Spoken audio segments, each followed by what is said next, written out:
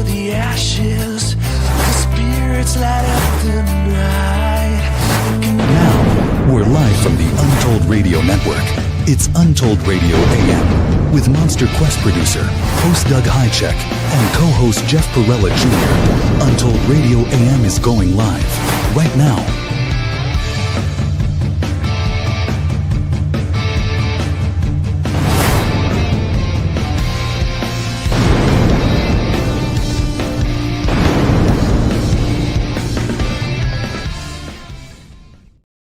Hello, everyone.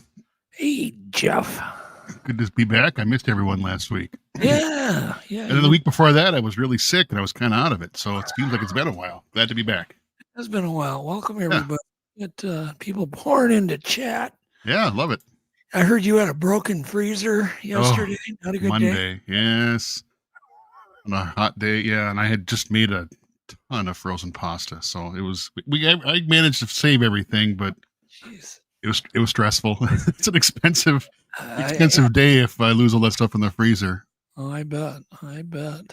So the weather's been warm and dry, and I've been, obviously I've been outside a ton too, just trying to catch up from 5 months of, below freezing temps. And people have no idea what it's like to be cooped up, Yeah.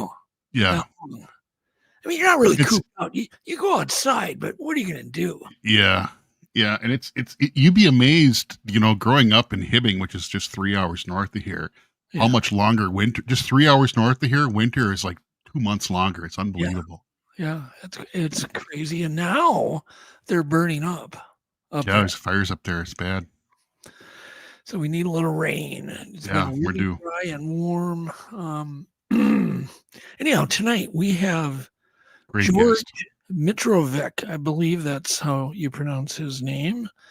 And so our theme tonight is the Bigfoot mystery, decoded, dissected, solved, whatever. We're going to talk to George about that. And I look forward to it. I'm sure he wrote a 1,200-page book on Bigfoot. He wrote over 150 books. Who does that? That's incredible. Yeah, I thought it was 130. Over 150, I believe. Oh, gee. Yeah. I need to know George. Does he know I own a publishing company? Well, I have a feeling we're going to be talking to George more in the future. I got a hunch.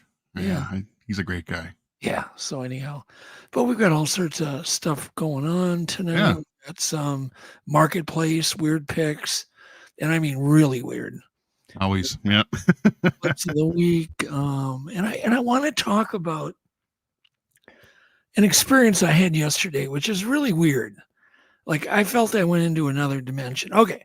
So I've got a watermelon, and Asia came over and she decided to cut up the watermelon so, me and her could eat it. Mm-hmm. And I noticed right away pieces are falling out that are all like rounded. And I sent you a picture. Throw up photo 1. This is where it gets weird. You see this? So this is a picture I took of my watermelon. Okay. So here's where it gets weird. Or Yvette goes and has somebody say, "Oh, did you see all the weird Fibonacci swirls in the watermelon?" She goes, "They all have that." And I'm like, "What? I'm an old man and I've never seen this." She goes, "I've never seen that. All watermelon has it." I said, "What dimension are you from?" And she goes, "Well, it's always been that way for me." And I've never seen that before. What? Exactly. So I go online, I do a search, and there's other people, I swear to God, there's other people that are freaked out about it too, all over the country. It's like a Mandela effect. Like, This isn't the way watermelon is. And the other people, apparently from a different timeline, are going, "Well, it's the way it's always been." And I'm like, so my question is, have you ever seen this? I have not. Okay, so you were in my dimension, and now we've moved to this one. So, and I'm joking, but I'm not joking. There's been a lot of really, really smart people, including Elon Musk, who are pretty confident we're living in a simulation. He said the odds of us living in a simulation are much greater than us not living in a simulation. It's so weird. Living in the Matrix, who knows? So I'm just going to give you an example. I threw you a video link. Yep. Of another woman who was, and we don't need to play this now because there's music in it, But go ahead and play it. And here's another person that posted because they also were amazed. So it's not just me. Look at this. Yeah, That says every watermelon's like that. And I'm like, no, it's not. I've never seen anything like that. I've definitely never seen that. I've been eating watermelon for well over a half a century. Yeah, I love watermelon. And I've never seen this ever. So what happened, Jeff? Where did we end up? I don't know. See, Yvette up here, and I told her, I was teasing her, but I'm like, well, you must have been here for a long time in this timeline, because to you it seems normal, and to me it's like, what? It's literally a Fibonacci swirls in this I've thing. never seen that. No. So I'm not joking. Anyhow, if you notice things in life, there's a lot of strangeness surrounding us in everyday things. It's a mystery. It's going to bug me forever. So if I get another watermelon, it's got that same thing, and she goes to me, oh, that's the way it's always been. I'm just going to I'm going to lose it. And now I'm thinking about Fibonacci numbers. That's a good word. Well, it's a Fibonacci watermelon. Okay. And all those pieces just drop out too. That's weird. Like you know how a knot in wood Right. kind of can fall out? These pieces just disconnect. You can't even lift them. That's without bizarre. these swirls falling out. And I'm like, come on. This is not normal. I don't understand that at all. What I want you to do in the comments, the permanent comments, put in there whether this is normal to you or weird.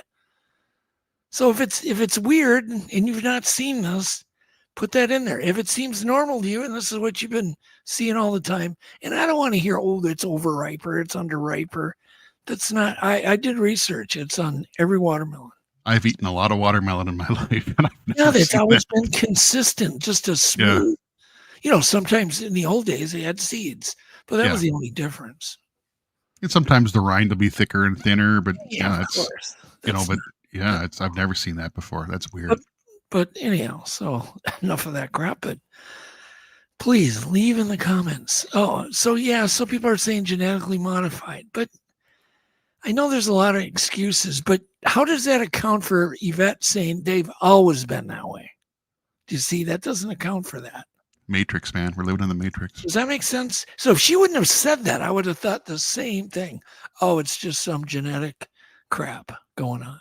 Yeah. So everybody go out and buy a watermelon and let get back to us. I want to know.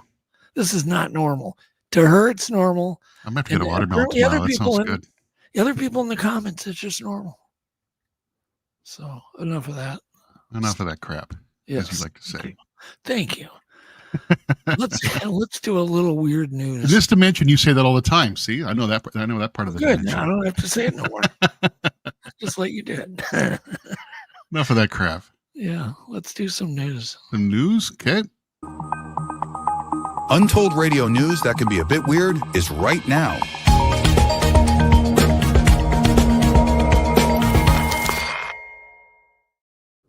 All right, before we go to the news, do you see this? William's like, I've seen them for years. So people are just ever seen that. So a lot of people are going, well, that's weird. Like this one. Timu watermelon. And no, Eric, it's Timu knockoff watermelon. I love honeydew and cantaloupe. I eat a lot of melons, and I've never ever seen that. That'd be like, and I said to Yvette, that'd be like stopping at a blue stop sign and somebody in your passenger going, well, they've always been blue. Yeah. You feel like you're crazy. Yeah. So okay. Tiffany says no, she hasn't seen them. Go to the store and see if you can buy one. I'll pick it up tomorrow. All right. There we go. All right. Scientists shave. Listen to this. What a gross job. Scientists shave roadkill to find out how and why mammals glow in the dark. So throw up that interesting photo. And this is obviously glowing in UV light, not probably you wouldn't notice it in moonlight even, because we have kind of UV filters on our eyeballs. So we don't notice this stuff. But if you put it under a black light and an animal glows, That's a problem. There's something weird going on there. And these are these porphyrins that they're trying to find in different animals. Interesting. So let me read just a little bit. Scientists shaved roadkill to find out how mammals glow in the dark. It says, it turns out that a shocking number of mammals can glow in the dark. Shine a black light on a mob of Australian animals, and you'll be given, it says you'll be forgiven that you somehow found your way into the bush. I don't know. A weird written article. I'm not sure what that says either. I don't either. But apparently in Australia, more animals glow. And I know like flying squirrels here glow. A lot of squirrels glow. They produce these porphyrins in their skin and it transfers into the fur. And so it's a photoluminescence. The question is why? Did they see in UV and are they seeing each other? And remember my theory on maybe Bigfoot seeing the UV vision because of the flying squirrels that I remember had landing all over me and looking for stuff when I was out in the woods. Yeah. And I thought, well, they're got to be looking for something. Wood ticks. Their favorite food's wood ticks. Mhm. And that just made sense. So it says here, why do they glow? We don't know. A new study into chemistry of the photoluminescence of Australian animals may shed some metaphorical light on the matter.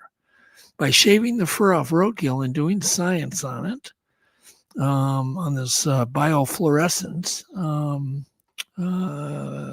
blah, blah. I'm just trying to skip over some of this stuff. Talk about fireflies. It says a lot of animals fluoresce. Chameleons, fish, turtles, frogs are also all notable examples. Teeth. Yeah, for sure. Our teeth glow. Have you ever seen your teeth under a black light, Jeff? Oh yeah. Yeah, they like. Everybody should get a black light. They're they cheap. look great. They're just so interesting. That black lights are cheap. You can get them on Amazon cheap, and you can find all kinds of interesting stuff. Don't use it in your bathroom. That's a bad idea, but it's pretty cool. Yeah, it is. I'm just looking for anything interesting here. The only thing really interesting is that the scientists are interested in this. That's what I find interesting. Yeah. So well, and once again, it shows you that we don't know everything. I mean, you think you know everything? We don't know squat. There's so much we don't know. It's ridiculous. Yeah, throw up photo 2A. Some more. Oh, yeah. That's it right there. Thanks. Here's 6 of Australian animals, and George is from Australia, I believe. Correct? Mm-hmm. Yep. He's down under man. By Sydney. That's not why I chose this story. So it says they've isolated only 2 luminophores with molecular ions consistent with known tryptophan metabolites that have been documented previously in a pelage of other mammals. This does suggest that there could be a reason for the glow, although I'm just thinking the reason is they have UV vision.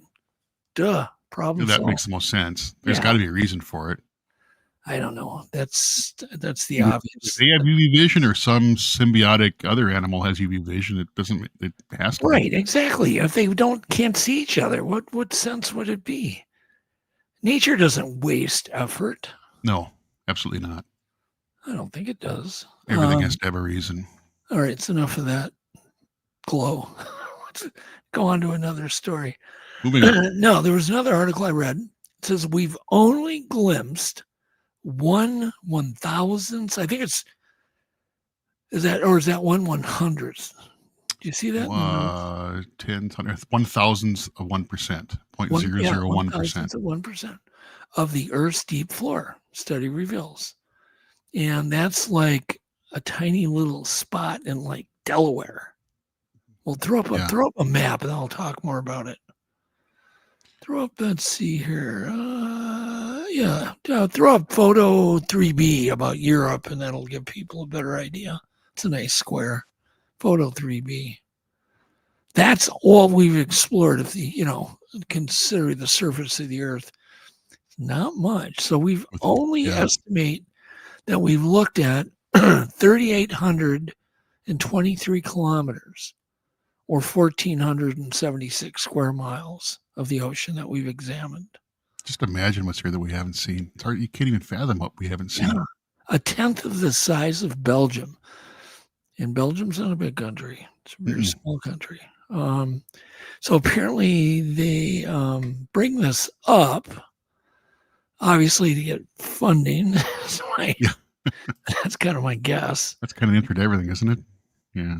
But apparently this encompasses all 67 years that humans have been recording deep sea dives. So there you go. It's amazing. So get out there and lower a Aquaview camera down 1,000 feet. And that wouldn't help, would it? Probably not. No. That wouldn't help at all. Wouldn't do anything. Have you ever heard of a bird that stinks, Jeff? A stinky bird? I've actually heard of this bird, but I've never heard it called the stink bird. Oh, okay. So apparently this bird, the reason it was kind of in the spotlight, because they discovered the babies are born with claws on their wings. Mm-hmm. Which I knew. I didn't know they stunk, but I knew because they're okay. Yeah, Hoatzins. It's a really archaic bird, very primitive. So Hoatzins, also called the stink bird, are evolutionary orphans, meaning they don't fit into any other really category. And there's apparently a number of birds that fit into this orphan category. So these clawed wings are a rare prehistoric trait, and adults apparently give off a strong, unpleasant smell due to their cow-like fermenting digestive system. So they're like a cow. So a lot of dinosaurs had that. Really, they had the stink too. Well, I don't know about the stink, but we know that dinosaurs had multiple stomachs because we found gizzard stones amongst fossils. Ah, interesting. I wonder if the dinosaurs had gizzards. What if not all of them? Some of them. What if Bigfoot stink because they have multiple fermenting stomachs? Who knows? I don't know. I don't know of any primates that have anything like that, but who knows? But apparently they also have a temporary food storage pouch located in their esophagus. It says then the food is passed to the stomach for fermentation, where the bacteria break down the tough plant material, releasing gases via burps that produce the bird's distinctive manure-like odor. Ick. So do you think maybe the Bigfoot stink is just them belching? If they're eating garbage, yeah, who knows? I don't know. That's why bears stink. Bears eat garbage, sweat it out. Eric says they smell like bad cabbage. Yeah, so there you go. Interesting. Yeah. All right. Then apparently there's this. Have you heard about this viral story? This orb has been captured. No, I missed this one. In Buga, Colombia, and supposedly been X-rayed and metal tested. Ross Colehart just did a story on it, and I've examined the photos. I mean, obviously the thing is a real object, and the story goes that he saw this thing flying, and then it landed in kind of the edge of the forest, and he captured it. Got a hold of, Jamie. Was it Masan down in Mexico, and Ross came down and he's looked at it, and there's a little video. Why don't you go ahead and play at least part of this video I sent you on it? It's interesting. Mind blowing. It's a bowling ball, Jeff. 50-pound sphere that is unbelievably heavy. It's not doing anything at the moment. But Jim tells us that he's seen it move across the room. It would be good if you could get some rust or anything on the surface. And that's Gary Nolan with him. He's a NASA scientist. You might scrape some of the rust off. You bet. One of the things that Professor Gary Nolan told me to do was to take samples of corrosion that we take it off with a screwdriver, Jeff. Because he said that might help seemed a little crude, but figure out what the metals are that the sphere is made of. We need to weigh it. 50 pounds. 50 pounds exactly. 50 pounds? I find Weird. that very strange. I do Exactly too. 50 pounds. Me too. If you hold it on there for me, mate. Okay, that's enough. But it looks to me like an ornamental object. Nowadays we have laser engravers and CNC machines. I studied the engravings on it, and it looks very hand done. Yeah, it doesn't look very precise. It doesn't look like a technological wonder. Let's put it that Oh. way. It looks like something somebody found in a Taiwanese market or something. Yeah. I mean, that's my guess. That there's nothing to it. But on the same token, I don't know if Ross. I trust Ross. Mhm. If he was there when they X-rayed it. You see the X-ray? Throw that Yeah. photo 5 up. Photo 5 you want? Yeah. A second here. Here we go. There, you can see the X-ray at the bottom there. Oh, there's a Bottom I have a right. picture of just the X-ray here too. Oh, there you go. Yeah. And these are little spheres in the big sphere. So once again, my guess is just another of one of these. Do they say is it solid? Is it solid or is They're there claiming, once again, they're claiming there's layered metal in it. But chrome plating can do that, and if you plate you plate it with brass, and then and there's no liquid in there though? Is what I was. No, I don't think so. Huh. Hell, Jeff, we'll have it sent to you, and you can drill a big hole in it. See what comes Well, out. I just remember that's one of the things that Bob Lazar talked about was there was some kind of metallic liquid inside that was part of the mechanism. Who knows? There's a photo 5C. See, do you have that, or is that what's up? That is 5C. Yep. Oh, okay. Anyhow, it's interesting. But if I was a betting guy, I'd say hoax, but I could be wrong. Yeah, that just doesn't look very precise. That looks like it's hand done artistic. Right. It's cool looking. It's neat. It says the alien object supposedly had 18 spheres inside its core. Mm-hmm. It's said to have zigzagging. It's been seen zigzagging through the skies in an unconventional flying pattern. The UFO sphere was reportedly recovered shortly after landing. It has since been analyzed by scientists who have now revealed their groundbreaking research on the extraterrestrial item. I wished we could say that. I would love to say that. They discovered that it featured 3 layers of metal-like material. How can something be metal-like? I mean, come on. And 18 microspheres inside. So apparently it was cold to the touch. They claimed it smoked when you poured water on it. All sorts of stuff. Yeah, I missed this. I didn't see this story at all. I've been so busy. I haven't really been following anything. It says one of the individuals who recovered the object, David Veliz El Portro, said the object was authentic and claimed to have found it in the woods of Buga, I guess it's pronounced. What a great place to find an orb. Buga, yeah. Buga. Yeah. Yeah. And of course, people are coming forward with photos of Buga orbs now all over. These same exact things. So, God. Weird. Yeah. But my opinion is I wouldn't bet on it. No, I'm with you there. It's probably something somebody made for a joke. But I'm open to being wrong. Yeah. All right, enough of that crap news. That was all just a bunch of crap news. Let's do a little, lighten the mood. Let's do some marketplace picks. Marketplace picks. Here we go. It's now time for Untold Radio's odd, strange, weird, and zany marketplace deals. Please don't let these gems slip away.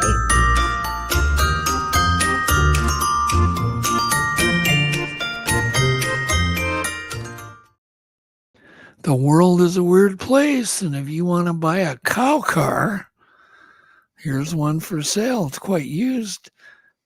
And should we give away a book? Sure.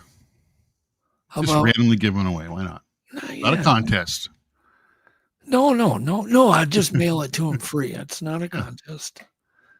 But if somebody wants to, I'll pick one item during our little thing here, our short thing here. Okay. Get close to that one item, so you got to stand by. Everybody be ready. So it's only going to be a game on, not a game. Not a game, no contest. By the way, that Bigfoot statue finally got mailed. Yep. We got that sorted out. Yep, Yeah, that's out. Alex sent that out. That was a process. Yeah. Anyhow. But it's on the way. I hope they love it. Okay. Yeah, it's a cool piece. Yeah. Okay. So this is a mechanical animated cow. If people want to guess what this is, it does go. I saw a video of it. So it's like a scooter. So how much is this thing? What are you going to pay? Greg Olson just says, yum. Somebody says, yeesh, $700. Mary Jo says $1,100. Guys aren't even close. No. Sly Fox. We're getting there. Closer. It's above that price. Yeah, it's getting closer. It's pretty close. Getting closer. You guys got to keep going. This cow ain't cheap. Yeah, I can't imagine what that is for. I just don't All get right, it. I'm cutting it off. I think there Flat you go. Rock was the closest. Actually, Mary Jo. There she go. Here, she got it. Oh, God, you guys are too. Oh, 3,500. There you go, Mary Jo. Nice job. Nailed it. Oh my God. Tiffany just went out on a limb. She's thinks it's 8,000. Anyhow, I hope they sell that cow. Okay, photo 7. It would have been my dream if I'd been a 4-year-old kid. This is a pedal car. Those look like billet car. wheels. Those are expensive wheels. I got to watch the neighbors drive their pedal car. I didn't have one. You know? I had a little one, but it wasn't that fancy. It was a little tiny fire truck. It was pretty cool. And this was built no. Okay, this is a Hot Rod Magazine pedal car. So apparently the kids never drove it, so it's like brand new. It's ready to go. I think it's really reasonable, super reasonable. Yeah, those wheels are billet wheels. Those are expensive wheels. Yeah, if it wasn't so far away, I'd snap it up for Yeah, my grandkids. and that grill looks like a 37 Ford grill to me. All right, so how much? Eric, we can still make one for you. Oh, we got a pretty good guess. 12,500. Boy, Williams. they're pretty close. Yeah, Williams pretty close there. Whoops. 185. I think it's a steal at what they're asking for it. Yeah. No, Yeah, it's pretty cool nobody's piece. gotten it yet. I'm going to cut it off, though. Who's the closest? Oh, that's pretty close, right? Probably Tennessee, Yeah. I think. See, $600. Yeah. Or best offer. You might be able to twist his arm. Boy, that's a steal, actually. There's other photos. It's beautiful. All right, then. If you always wanted a train in your backyard, Who wouldn't? here you go. So this is for sale on Marketplace. It's a 1950 Pullman. It's located in Spokane. And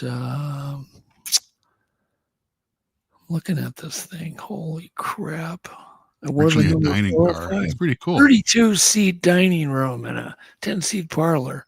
So what do you think that bad boy goes for? Come on, people. Eric wants it. Kenny's pretty close. Keep guessing. That's a pretty close guess. You're a little high there, Fox. Oh, that's a pretty good guess right there. Let's give it to William. Yep. Yeah. It is 14,500. So you're only $500 off. Could you imagine though?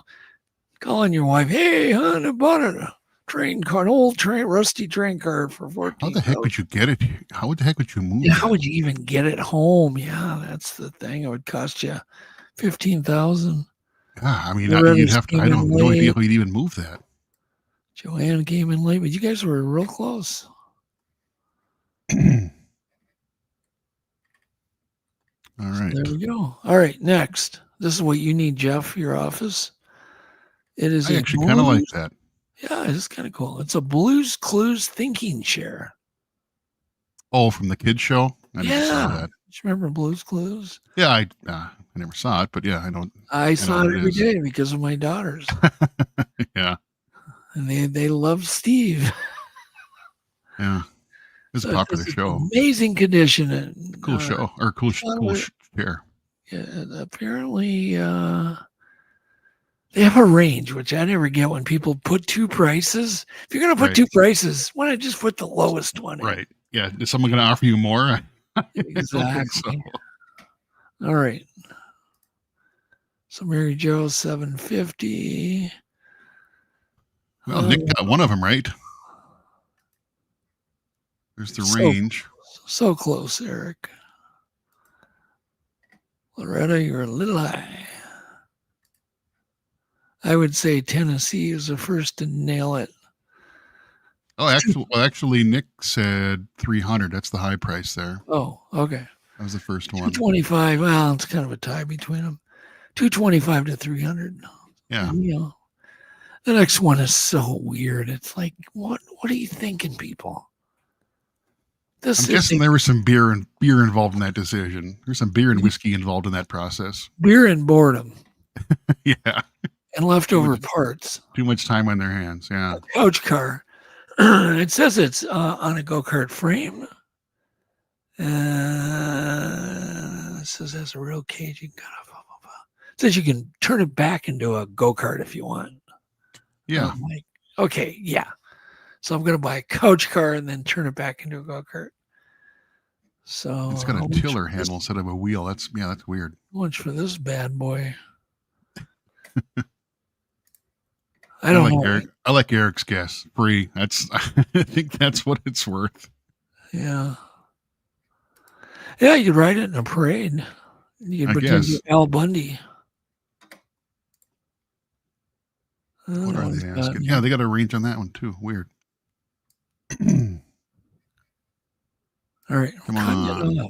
What's somebody else we got to get this right? Jeff? Who's the closest? Who's the closest right now? I would say Mary Jo at 200 is the closest. Mary Jo.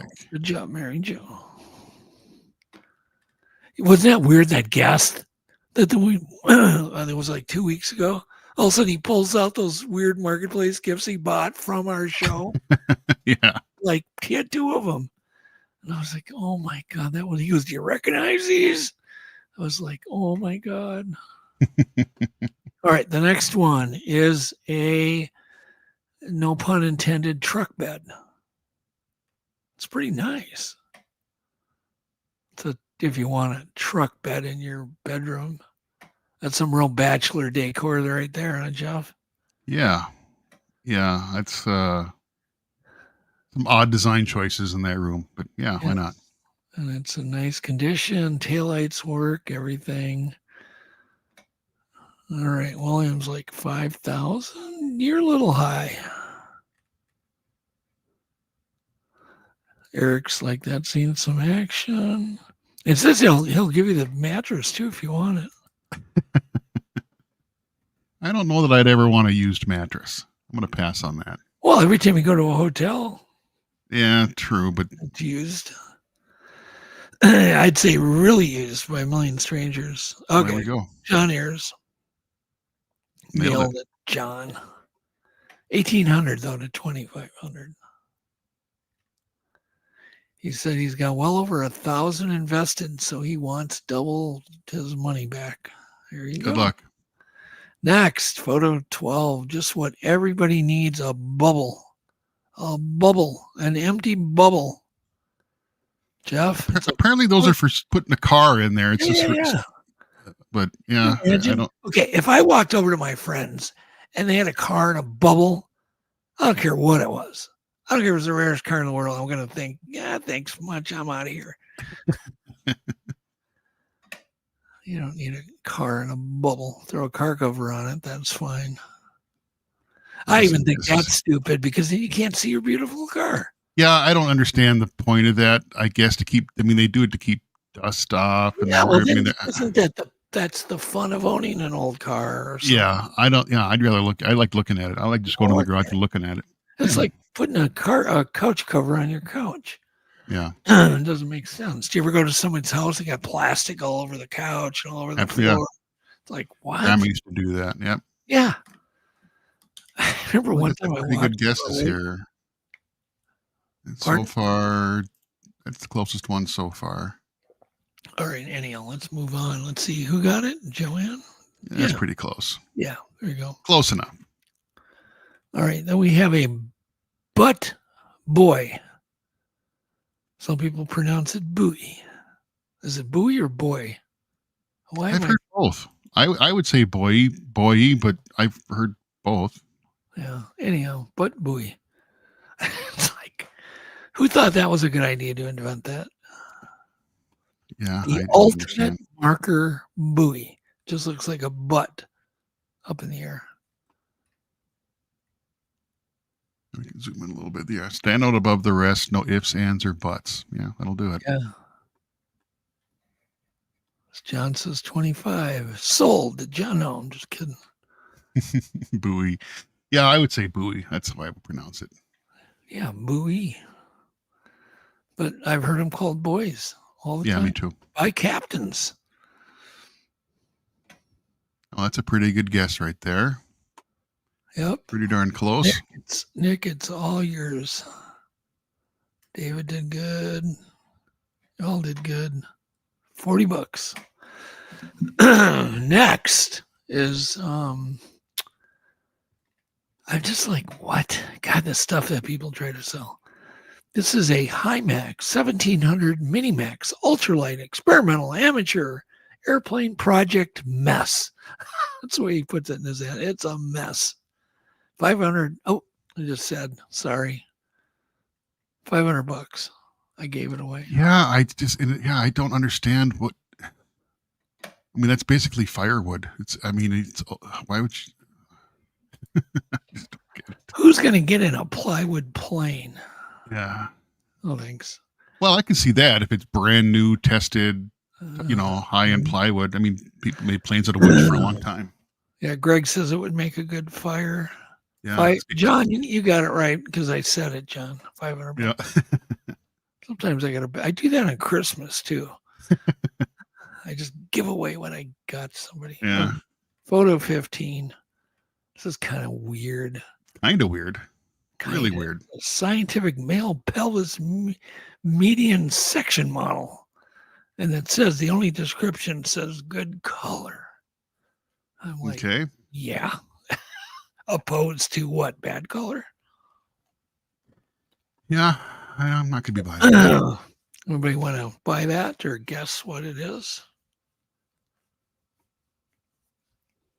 What a decor in your home, huh? Yeah, put that on the wall in the kitchen. Sly got it. Oh, actually, Mary Jo nailed it. Oh, she nailed it. Well, Mary Jo's good at this. Yeah. She's done this. She's guessed right a lot.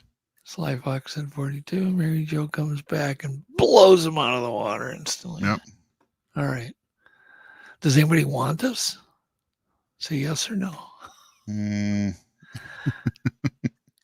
Okay, the next thing I thought. Next one's pretty cool, I think. Yeah, it is, but it's a Wells Fargo stagecoach, probably used in advertising, or it could be an original, right? Very possible. Wells Fargo's been around forever. Mm-hmm. But what I thought is you could buy this with all the interest that they pay us. They pay us so much interest; it's insane. Yeah. You know, you got to report in your taxes interest earned for the year. Mm-hmm. Mine's like $1.18 for the whole year. Yeah. Yeah, that's my interest. And they make you that $1.18. I'm not joking. That's what it was. Yeah. It's the interest I made last year. Oh gosh. I get some pretty good guesses here. Oh yeah, 16,000 for Mary Jo. Nick's 14,000. Keep going up. You guys got to go up. Joanne. Right now, Mary Jo is the closest. I'll give her that again. It is $20,000 in the interest of time, but I have a feeling that might take your offer. Yeah, I can't be much of a market for that. I'm sure they would take 60 grand. Next is kind of really odd. Photo 17 is a Mickey Mouse toaster. Somebody just woke up one morning and said, I had an idea. I'm going to make a Mickey Mouse toaster, and it's going to burn or brown the Mickey Mouse image on the bread. Go ahead and throw that. Sort of. Sort of. Sort of. Exactly. So who thinks that's a selling point? I don't think so. Anyhow, so how much for the Villaware Mickey Classic 4-slice toaster? Oh, there we go. Kenny got it. Kenny, good job, Kenny. Says, your kids will love the Mickey Mouse toast. I doubt they would know what it was. If somebody gave you that, you'd say you need your toaster fixed. Wouldn't you? Yeah. Yeah. That right. Doesn't look, I wouldn't recognize that really. Speaking of bread, photo 18. Speaking of bread, what in the heck is this? This is a sculpture, but it's not a big sculpture. It's basically actual size, 6 inches by 4.5. I think that's the size of bread, right? Yeah, give or take. Yeah. Yeah, give or take. It says it's built with twin hooks in the back, and so you can hang that up. I don't know why. I don't know why. I don't either, but it's nice to be kneaded is what the sculpture is called. Kneaded with a K, Kenny A.D. Nice to be kneaded. Yeah, it's by Carew Studios. And it's certainly well done. It's just, why? Any guesses on price? David's $25.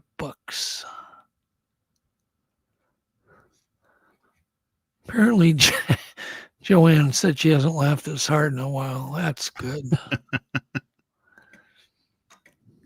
Oh, I'm glad we're entertaining you. Can you imagine that thing staring at you in the morning? Oh, my goodness.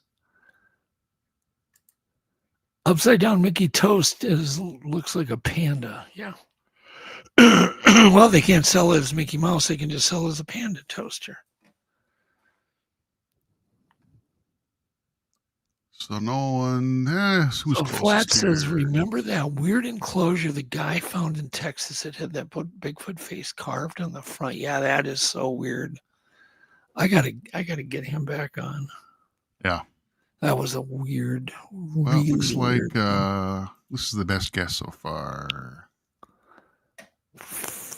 Tennessee, Kentucky Bigfoot. Yep. That's Okay, pretty good. It's the closest one. All right, this one is the one. This is the one. This is the one. I'm giving a book away. Oh, no. I'm not giving it away. I'm just mailing it free. I will mail free a book of my choice. I get to pick it. Sure. Okay. So whoever can guess what this thing costs, go. Well, we should tell them what it is first. Oh, it's a storm shelter. Yeah. But it's a buried storm shelter. So it might take a little bit of labor. I don't know. How would you move that? I don't think George would mind getting out there and digging that thing up. Would you, George? Hell, he's like, nope. Could you imagine? Yeah, I'd like to buy the storm shelter. Go to work. He hands you a shovel. Okay, so we got guesses coming in. Jeff, you're going to have to watch. First, get this damn thing right. I will say this. Everyone's guessing pretty high. I will, yeah, I would say that. I'll give you a hint. I didn't even know my camera was off. Oh, yeah. You've been off for a while. I thought you knew Well, that. nobody missed me. So I did. I didn't want to. It's lower. Well, we got a couple that are pretty close. It's lower than Nick's. Right now, I'd say William. William's the closest. Closest. I'm going to do a countdown. Whoever's the closest. Are you ready? Yeah. 5, 4, 3, Oh, there we 2. go. David, you got it. Yep. There you go.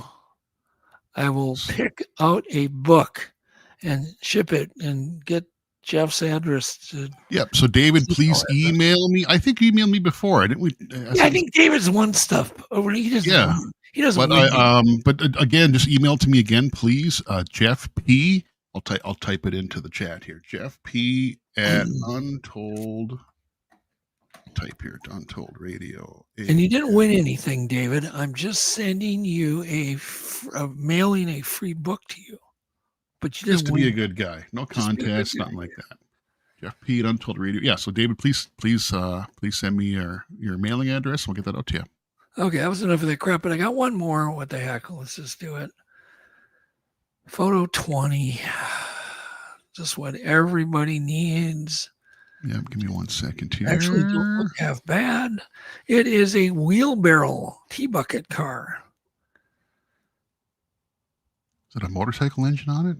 I think some lawnmower. It's a 5-horse brakes. Okay. Whatever, 5 horsepower. It's got a Raptor turbo on it with a chain drive and a golf cart diff and brakes. Yeah, it looks like a nice rear end in it and suspension. Yeah. It's actually pretty well done. Yeah, but does anybody really want to ride in a wheelbarrow? I don't know. So who's the closest here?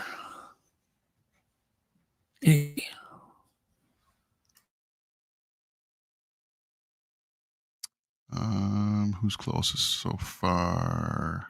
Coach him in, Jeff. Coach him in. Right there. There we go. $2,000. Good job. Got it. And your camera's off again. I don't know if that's on purpose or not. But it was on purpose, just to punish you. No, it's to punish them. Make them all look at me instead. You're punishing them. But anyhow, that is enough. Yeah. Enough. Well, it's almost 8 here. Let's get George on. Yeah. And I do have trivia, but it's on Bigfoot, so maybe George we can do that a little later. Let's talk to him for a while, and I worked hard on this trivia. Yeah. It's hard to find interesting things on Bigfoot. Well, it's coming up with content. It's a lot of work. Yeah. All right. Not easy. Let me introduce George. Okay,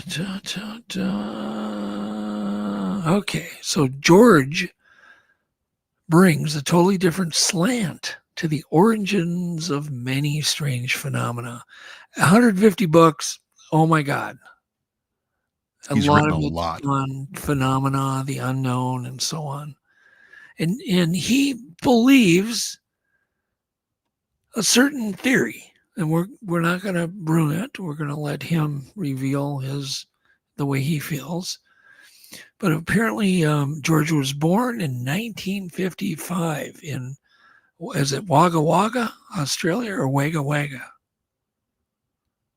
We'll find out. God, it doesn't matter, does it? George is an authority on many topics of the unknown, obviously. And he's written a new series of books called the Atlas and History series to do with phenomena ranging from UFOs to lake monsters to hairy hominids, several other bizarre subjects. Throw up his Bigfoot book, Amazing Bigfoot Encounters of Central North America.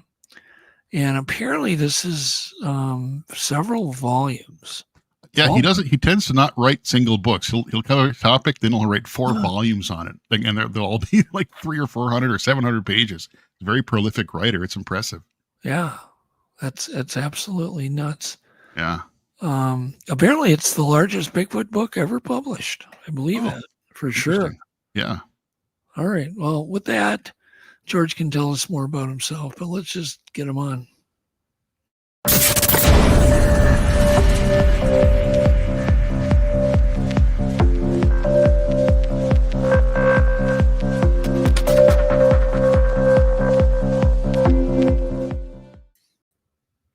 All right, and welcome, George, all the way from Australia. Good evening, ladies and gentlemen, girls and boys.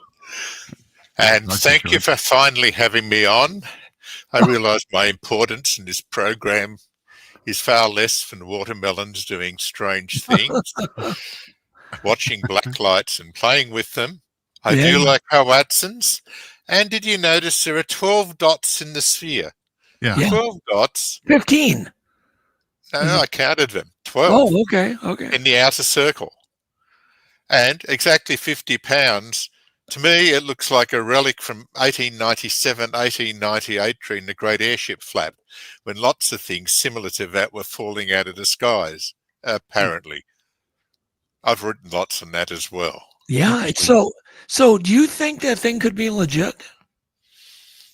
My senses are, I don't think so myself. I haven't read enough on it, but Yeah. I've seen a few of those appear over the years from South America, along with strange Mayan carvings of aliens on the steps of pyramids and that, and they don't even use the correct stylistic details for the pyramids that the original Maya, Zapotec, Chichen, you name it, Azteca would have used.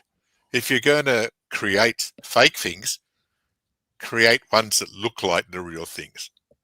Yeah. Yeah. Well, if I was a betting guy, which I'm not, I would probably say that thing's a hoax. But Yeah. who knows? I could be wrong. Could be the real deal. Anything can happen, but it's a bit of a rough way of analysing it with a screwdriver. Yeah. I mean, if this is the great, priceless, only alien-made relic that's ever hit the Earth, and I'm wondering if it's actually in the United States now or still in Colombia, because if it was real, I'm pretty sure Colombian customs would have grabbed it by now. Yeah. Yeah. But when I saw the screwdriver, whatever they were using, I went, okay. Yeah, it's... It seemed a little crude. That'd be like getting a Bigfoot body and taking a hacksaw to it. or From maybe your they bought toolbox. it on Marketplace. Yeah, Look, one that it's you bought- Colombian Marketplace. Oh my God! But do you think there's any chance? I mean, when you see something like this, are you like me, where you kind of come to some rough conclusion, then you put it out of your mind if it's a hoax? You just try to get it away from your brain. No, I like to keep it there so I can observe it and see what happens to it. Okay. There have been lots of reports over the years of strange spheres falling, metal spheres falling from the sky. Yeah. In Australia, there was a very famous one in Florida in the late 60s that was supposed to move around on a coffee table on its own, and I've seen video of it. And it just appeared one day in this person's backyard. And have been others. So if I can't explain it, I'm not explaining it. Right. Which I'm Yeah. not sure makes any sense at all, but So are you what is your, okay, you've written so many books, George. What is your favorite topic? I mean, what do you get excited to write about? Or are you kind of equally excited on all these topics? it depends on what mood I'm in. I love archaeology, but I like Bigfoot. I've also written books on UFOs, and sometimes I like them, and sometimes I think, I don't think I can stand reading another page again. But that can happen with anything with me when you've got so many books and you're constantly researching. I do this for 12 hours a day. You know, I'm retired now. I retired a year and a half ago, but I wrote a lot of those books before I retired. And I used to commute 4 hours a day. Okay. Are you still writing, though? I would imagine you are. Yes. I'm actually working out how to do Audible type books. Oh. I found people like the sound of my voice when I'm explaining things. As you travel down the vast terrace of Sacsayhuaman, you can see the major base of the tower ahead of you. You do have a great voice, George. I agree. You do have a good voice. You do. You have a Got beautiful a great voice. face for radio. Oh Well, it my sounds God. like you like researching more than you like writing. Is that accurate? I love researching. Yeah, I do too. I enjoy But research. I can also whip up, I think my record was 12 books in 1 year. Wow. And one Saturday morning, I wrote a book on I collated, edited, and wrote a book on UFO sightings of Canada, and I had it published by 4 p.m. that afternoon. Oh, wow. I've got a huge database that I Yeah. use, that I built up over the years. And maybe it's my Asperger's, but I know my way around it like anything. Yeah. But the basis of it is everything you see behind me, around me, and next to me. I like original sources. And another thing you won't find in a lot of other books on Bigfoot, UFOs, lake monsters, strange archaeology, etc., is all of mine have got bibliographies. Right. Which is very radical, because I believe the knowledge train has to continue. You want to see where I got it from? Go to the book, go to the source I got it from, read it there, then continue on, do what you want to. I am just continuing with knowledge. And also another system I use, which a lot of authors don't use, is I'll collate data. I'll do it for years. And I'll get the result from the data. The data produces the result. I don't have a lovely hypothesis, just needs gift wrapping, and then just find all this stuff from everywhere to say this is correct. I'm not using a recipe to bake a cake. Anyone can do that. A monkey can do that, given the opportunity and the bananas. Well, how is AI going to affect the future of authors and writing? Because, now a guy can just throw in 12 ideas into a thing and it'll pop out a book. What the hell? But do they have insight? It's going to be garbage in, garbage out, isn't it?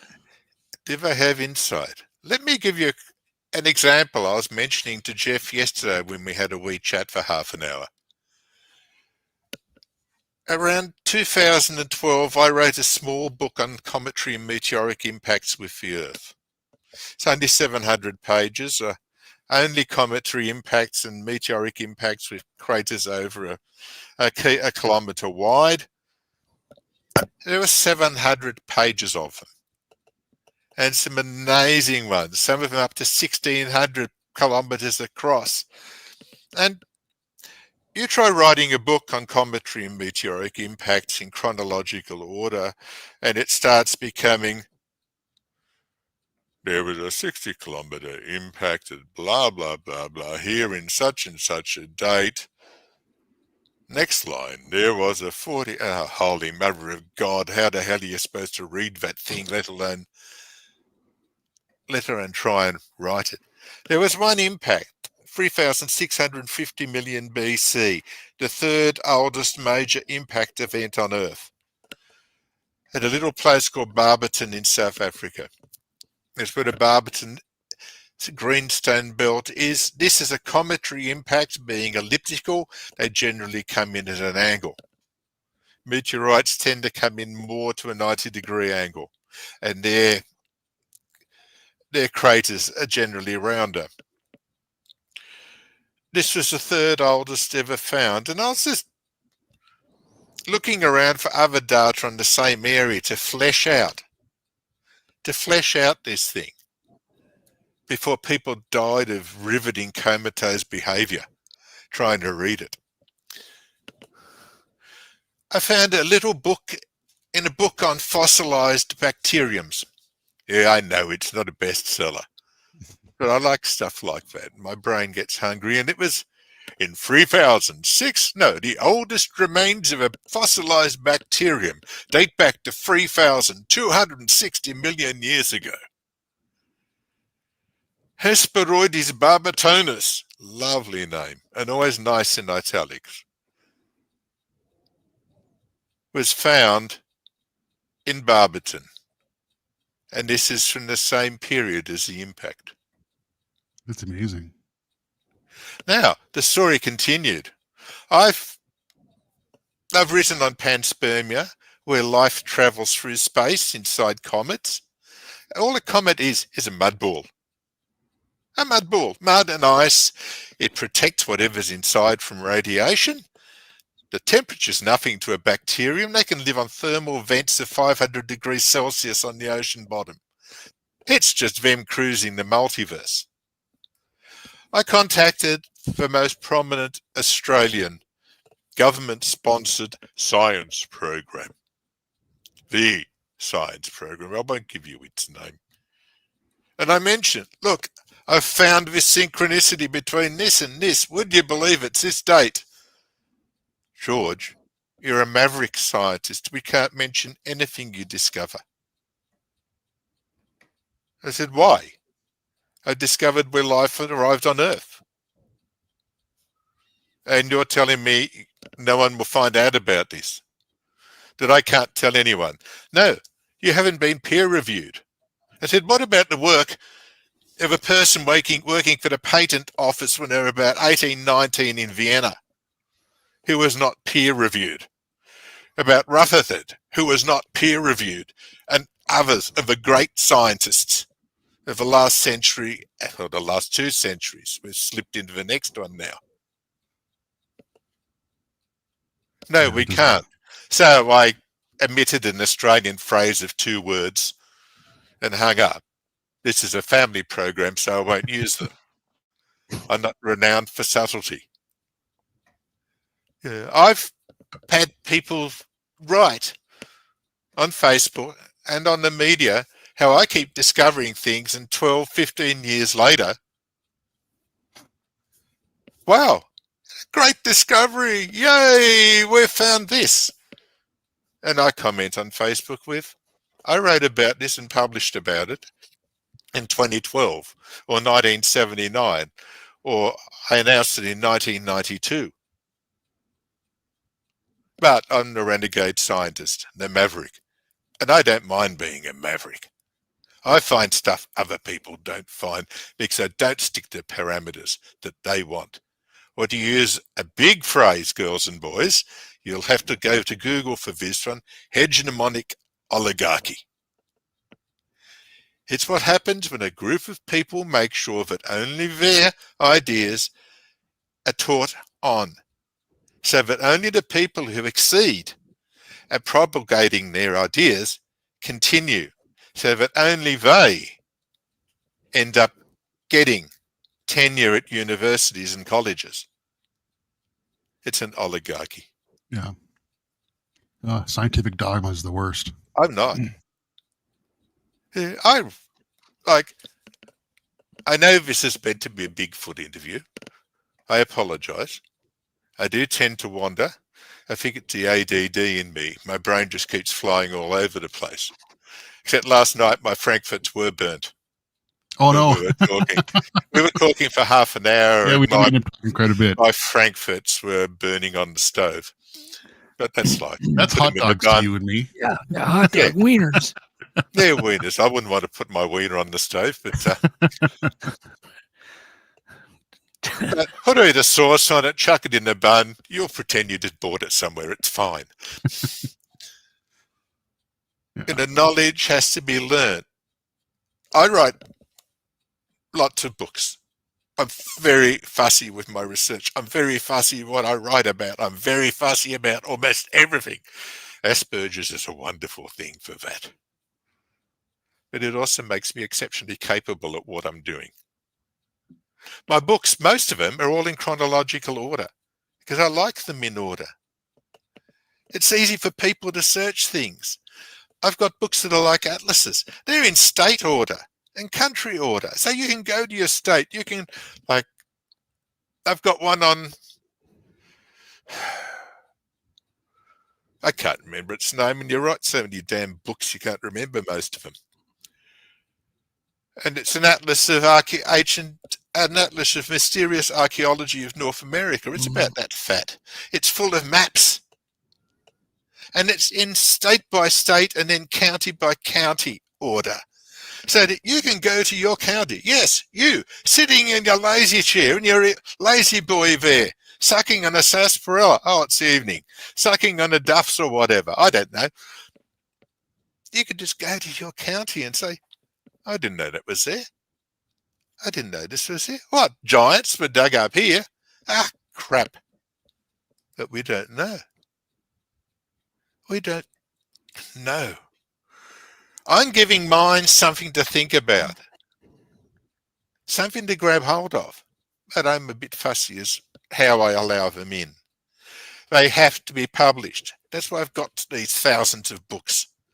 I want that source in my hand. That person, to use a Spanish phrase, has put their cojones on the line to publish a book. Quite often, these are people who only write one book. Heaven forbid. One book. I don't know what I'd do with one book. I look at most books and I've got friends who say, yeah, that's the length of an introduction of one of yours. Okay, I'm sorry. Knowledge must be promulgated. Whether it's a lake monsters, which I've written on, or Bigfoot, which we will start shortly because I keep pontificating, I do apologize for that. Okay. I get excited but it's good. It's good. It's the way we're getting to know your. So when you talk about something, we know that you have researched it. Can you tell me a little bit about your lifestyle, George?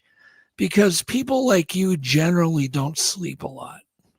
Am I fair to guess that? Even when I'm in bed, I don't sleep a lot. This keeps waking me up. Plus, my cat Couscous comes to bed. Couscous is beautiful. She's my only mate. And, sorry.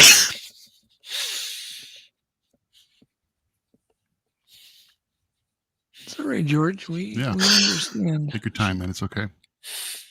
Sorry. My wife passed last Christmas. Yeah. Oh, it's so hard. No, I'm sorry. I apologize for this. You don't have to apologize. Nope, not at all.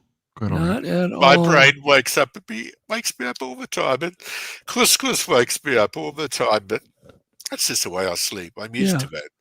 I've worked out that when I'm awake, I'm actually still spot sleeping. My brain sleeps, and I'm thinking. Thank you, Lola. She's a wonderful woman. Oh, it's a friend of yours. Nice. Yeah, thank you, everybody. Yeah. A lot of people don't know of my work. I want it to be known. Yeah, because this is what I've spent my life working on. I'm going to... Madam she was too nervous to travel anywhere during our time together, which was 34 years. And so I'm finally going overseas next month.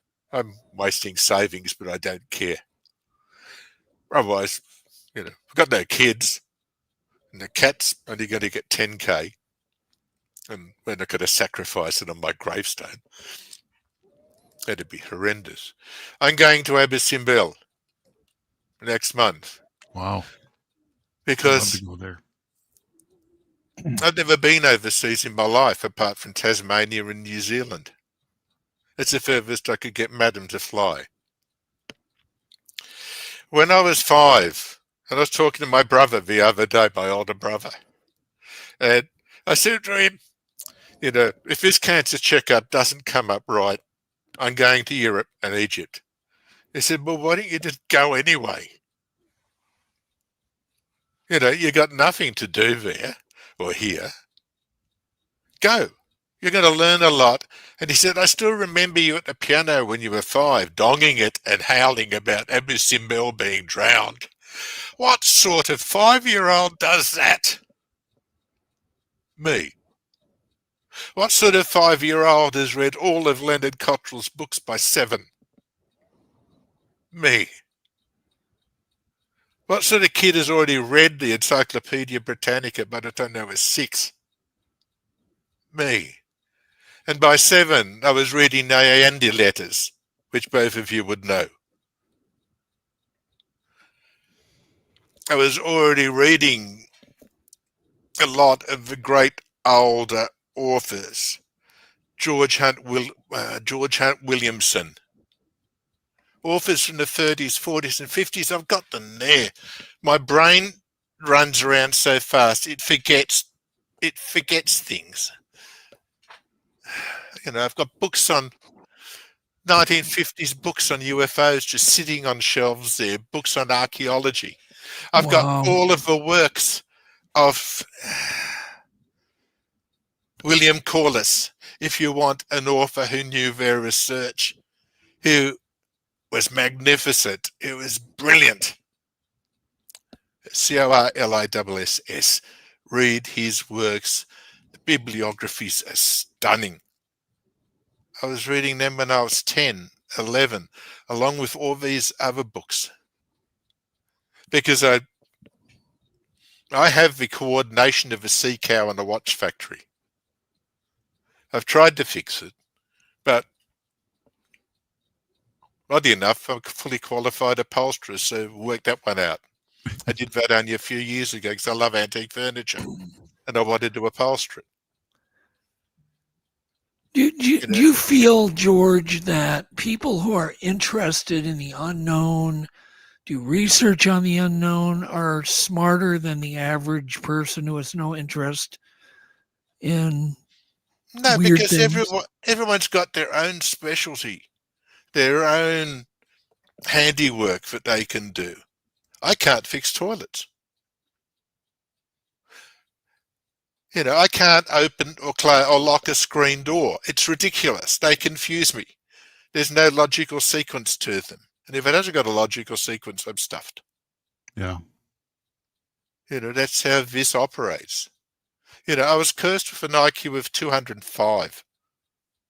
Oh, wow. One of the highest ones in the world. And I was cursed with that when I was a little kid. Wow. And that's a horrible thing to have. That's pretty But far by out on the God, bell it's curve. a powerful thing. Yeah. The other kids in the playground didn't want to read about archaeology or hear about it, or paleontology, or lots of other ologies and isms and things. So yes, I'm that quiet nerd that reads in the background. But have you ever thought about the different types of people? There's many people I meet, George, that have no interest in mysteries. None.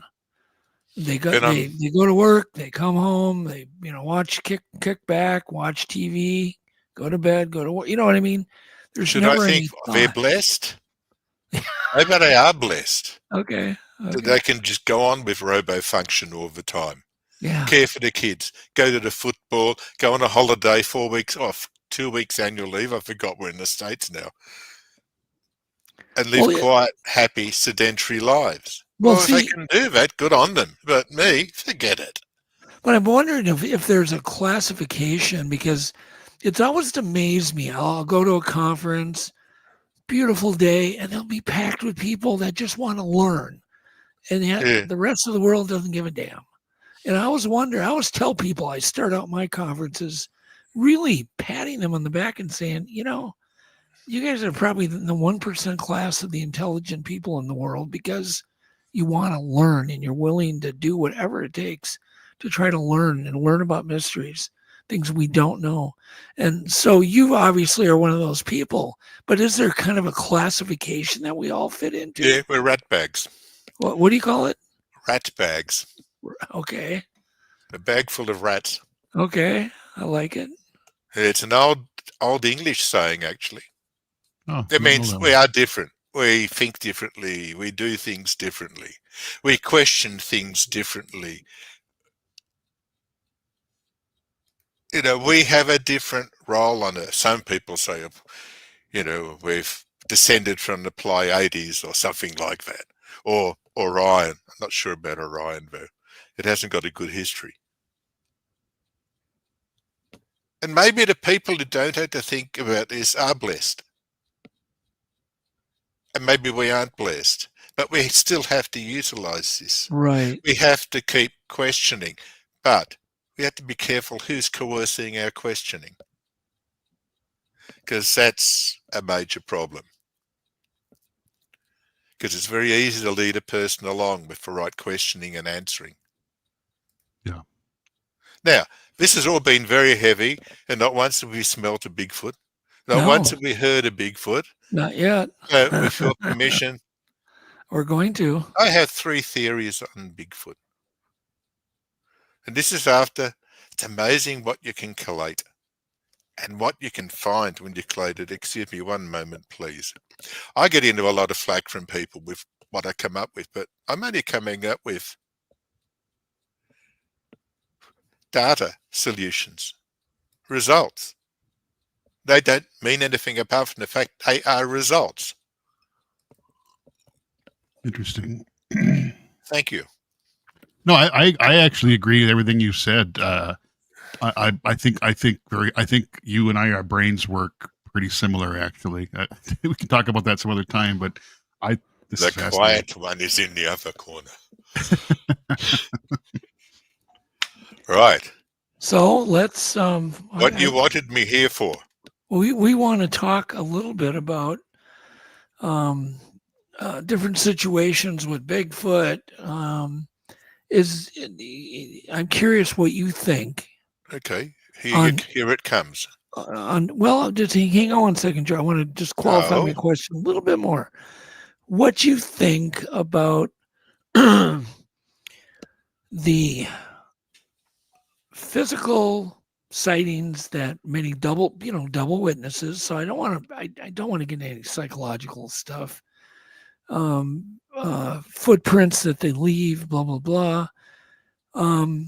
Do you think that we're dealing with multiple phenomena, or is Bigfoot a whole bunch of different things?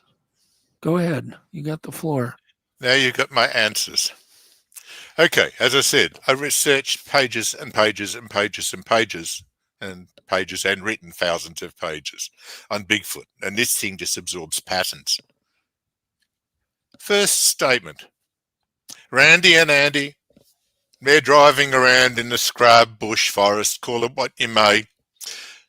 They might have had a few beers, they might not have.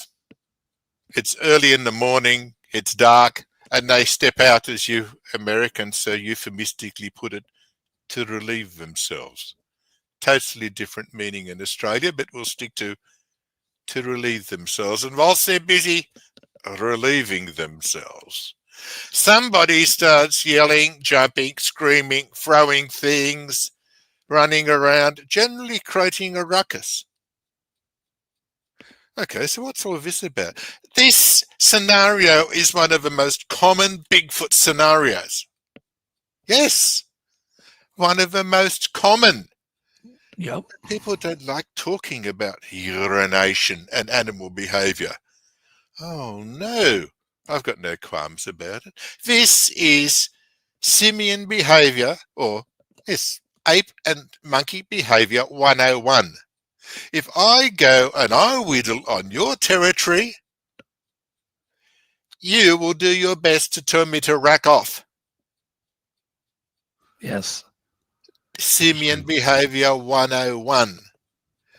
Next most common sighting is, and it's not Randy and Andy, or maybe sometimes it is, but these were written a long time ago. Randy and Sandy with a female, are studying for their SATs in the back seat of a car in the middle of a forest, as we all have and we always do. And next second, there's this big furry face at the window observing them. They tend to get upset. This is still simian behavior 101. Go to the zoo. Watch bonobos having a great time. Because they do. That's one lot of behaviours for a large 7.5, 8.5 to 9 foot tall creature. Some reports of 12. Generally forest dwelling. If you map it, you see where the areas become more desert. Bigfoot sightings phase out because they're big and they're brown and they look like tree trunks.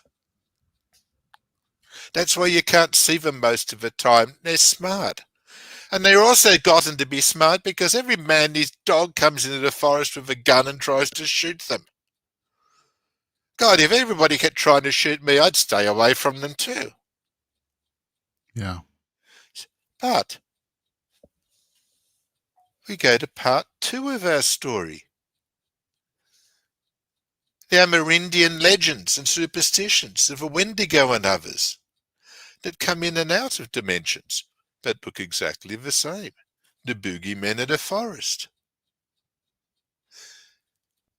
So one of the features of Bigfoot sightings, many of them, is they go so fast on their big, muscly legs, it's almost like teleporting. And it's reported over and over and over again. Is this the same Bigfoot as the previous one?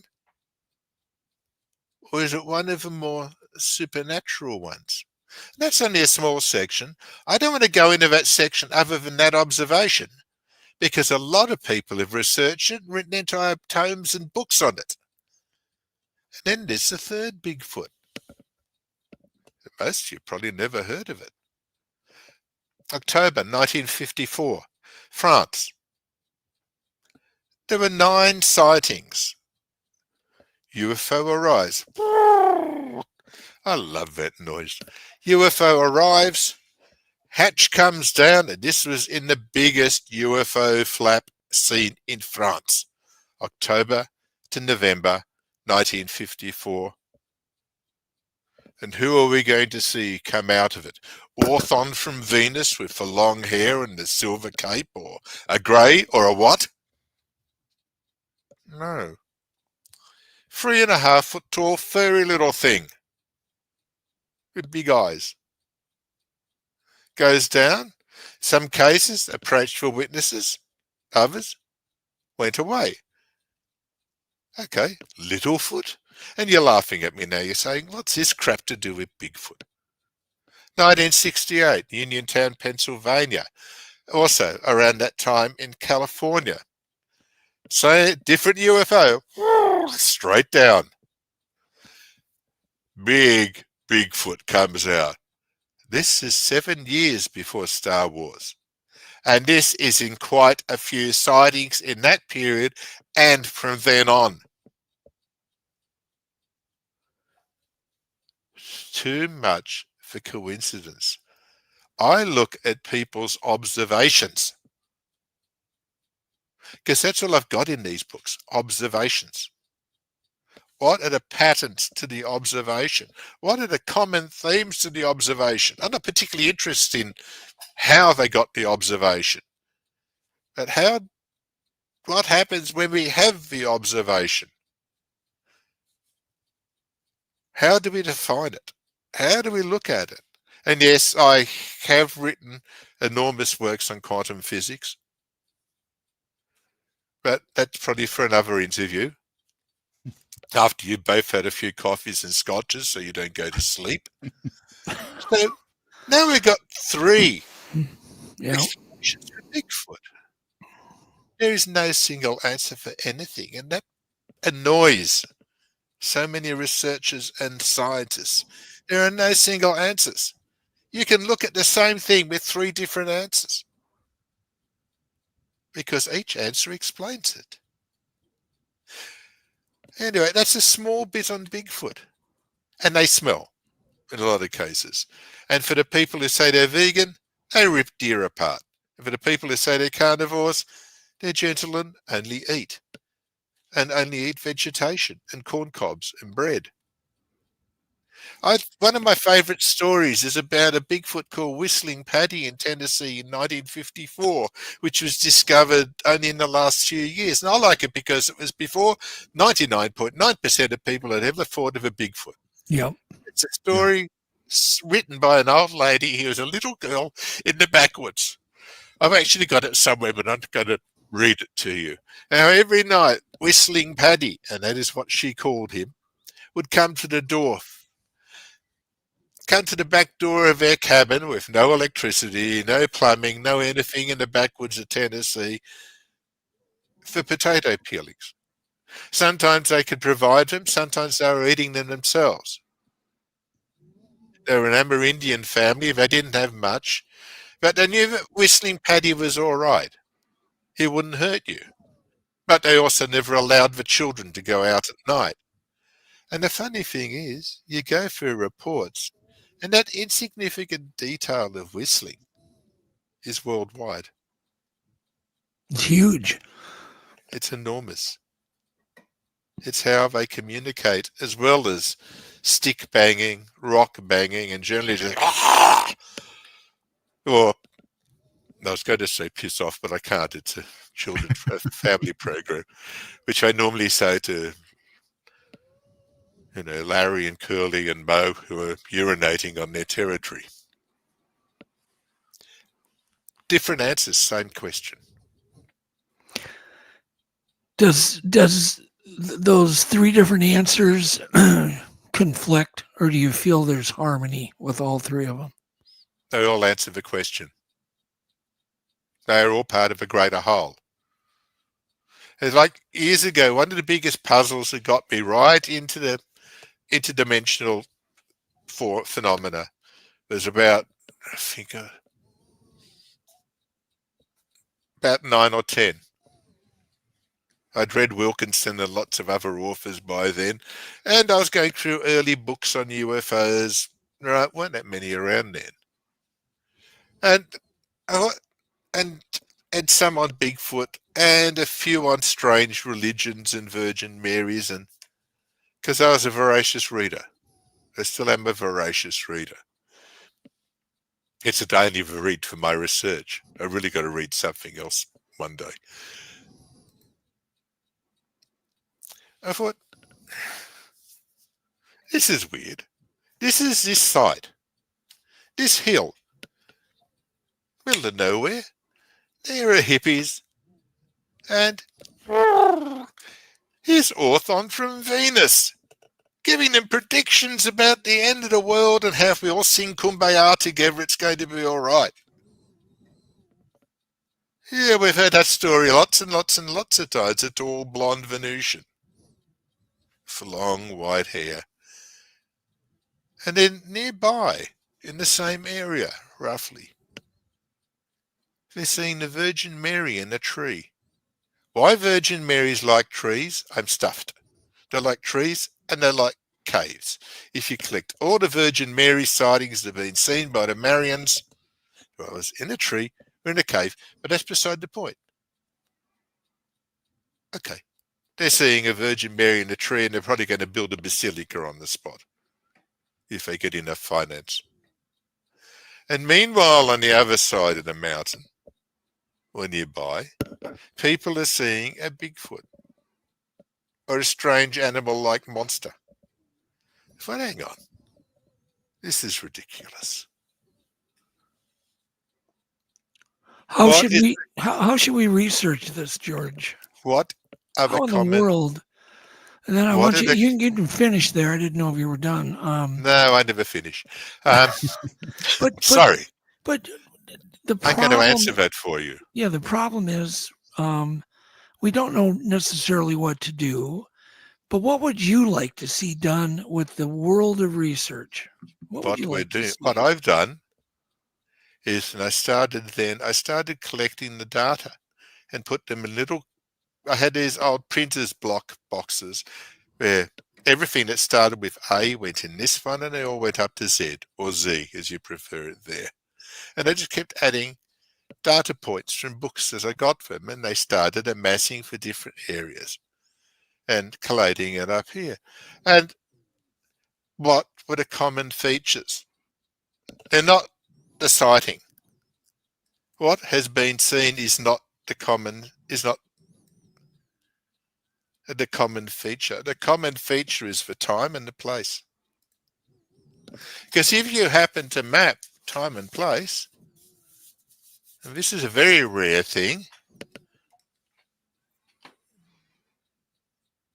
Yes, it's a whole lot of dots and squiggles.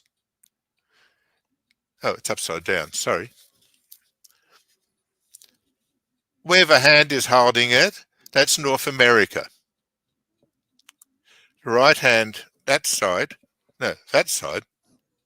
is Western Europe and the British Isles. And that is a period from 1800 to 1977. And if you look at that, they're all sine waves. Sine waves are repetitive mathematical waves. Well, how the hell does all this data, and that was collated on 6,000 data points from 1800 to 1977. Those, I'm sorry, those are sightings that you documented? Yes, Okay. UFO contacts, UFO attacks, Bigfoots, Virgin Marys, spontaneous combustion, all the erroneous data that's not supposed to exist. I was introduced to a prominent physicist in 1990. There was also a maverick scientist, maverick physicist, but highly recognized Pasteur Prize-winning physicist. This was for another TV program in Australia at the time, which was not Catalyst. Oh, sorry, it was not that other program I wasn't going to mention. And I said, this is my data. I believe there's patterning to this. And I said, if there's no patterning, everyone's hallucinating. Everyone that sees any of these phenomena, their brain is being affected by electromagnetic waves and they're having the equivalent of a schizophrenic vision, because electromagnetic waves influence schizophrenia and the vision-making process. That's if it's random. Took 9 weeks with our ancient computer. I used to drive down to Wollongong from Mossvale, which is about 40 miles, until 2 o'clock in the morning, because I still worked and I had my own business, and drive back. And it took that period of weeks, and then he ran it through this computer that had a CGA screen that was that long ago. We're talking 1990. Pages and pages, and asked me to come down. He said, it's very strange, George. And he didn't believe in anything I did. He's just a physicist. The data started doing things like that. Wow. Periodicity.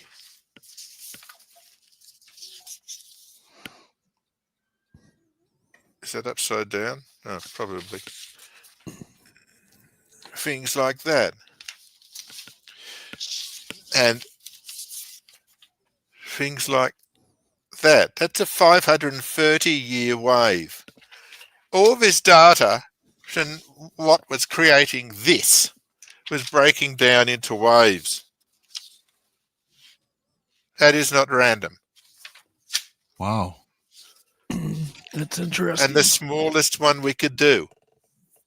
This one is Saturn. Why do we call it Saturn? Because the strange thing is, what did I just pick up then? Ah, sorry, you go there. I'm just talking to the data sheet. I talked to the books as well, and my furniture, and my porcelain. But that's me. Because we found periodicities that resembled the astronomical units of the Earth from the Sun, an AU. At 530 AUs, we found the patterning for a trans-Plutonian planet in the Oort cloud, which we called Persephone. Thank you to Japanese scientists who discovered it last year. My physicists and I discovered it in 1990, based on data that no one would accept. Because the problem with the data is, don't accept the data as the sightings. The important data is the time and place and the stream. And each curve in those graphs I showed you are very similar to the periodicities of the major planets, until we hit Jupiter, where you couldn't even do it because it was just too much fuzz. The computers in that period, 1990, weren't good enough to process it. And I'm not a computer technician. What I found here, because these lines intersect, these sine waves, and all sine waves are regular, and different sine waves intersect through the multiverse, is that where these intersected, we have our phenomena. And the thing that's doing the deciphering and interpretation of the phenomena is the witness. The witness's brain is saying, I have no effing idea what this is. And your brain has a built-in safety feature. It translates whatever you see into something you understand. You go start raving mad and you don't come back. So religionists see Virgin Mary in a tree or a cave or whatever. Hunters see running around. Others see Orphon from Venus coming down, and there are so many different varieties of constructions from the mind. One of the best examples is the aerial but sighting. George, I got to interrupt you. George, I got to interrupt you. Yeah, I think we got your point. Is the sightings that people have of deer imaginary? Is the sighting of a squirrel in a tree imaginary? Or are those in the phenomena thing too? Are they part of this matrix or whatever, these visions? Or are UFOs just nuts and bolts? They're just visiting us. There's nothing special. Like when we send a probe to Mars, there's no phenomena going on. It's just some plastic and metal that we sent up there. Or is everything an illusion? Is that what you're trying to say? So I'm trying to pin you down a little bit. Yes and no, including the proof of it not being an illusion. Okay. Everything is sine waves.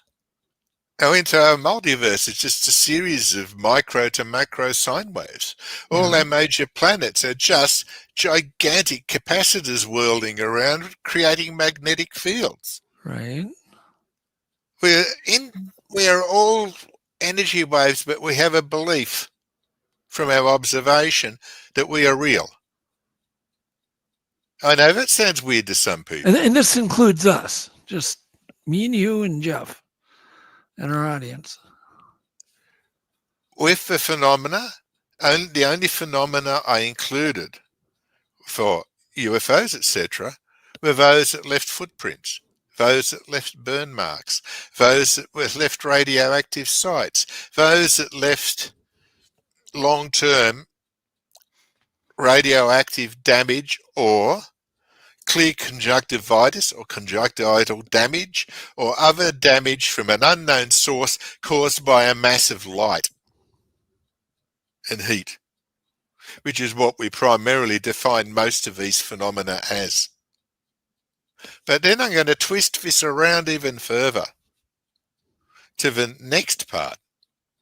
As somebody said, reading one of my books once, he said, I get to this part where we've finally understood the secrets of the universe, and you come along and destroy a lot of it, and we have to head off again. And that is, imagine I have no name, I have no form, I live in another multi-dimensional place. I can see where these, or sense, or whatever I use, tentacles 5 and 7 discover it. This wormhole, where the vibrations and harmonics are modulating perfectly for a period, for the period of your observation. Meanwhile, what's happening is being translated by the witness, is generally committing physical acts of unhappiness. If they haven't run away, generally they're frozen. Can this other force recognize this wormhole as a way of traveling the multiverse? Will we end up being them? Or are we all them? I know we're getting into very high physics here. You know, I like the questions I've had. You know, I didn't come up with this idea once just sitting around thinking, oh, this is a great theory. And I'm happy to see it go, but no one's managed to get it to go yet. And it's the only discovery I've made that no one's ever laid claim to, which is unusual because I published 1,700 pages on it in 2012, including all the data and all the notes and the graphs, the whole lot. It's a do-it-yourself kit to map the multiverse. It's a lot to process. Yeah, once again, what can guys like me do? What I'd like to do is see it being mobilized and utilized to get the patterns to be far more exact. Because I follow a lot of the ancient, because of my great love for archaeology, which is more than that for Bigfoot and UFOs, etc. Archaeology is my great love. Okay. Every 56 years, a lot of the Central American civilizations moved their main temples.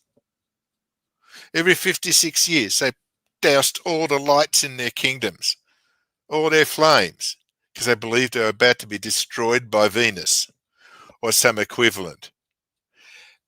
All the healing centers constantly moved in Europe. I've had arguments with people who've discussed ley lines. Yes, they might have existed once, but they're as useless as sitting in the grand chamber of a Great Pyramid. These graphs move. These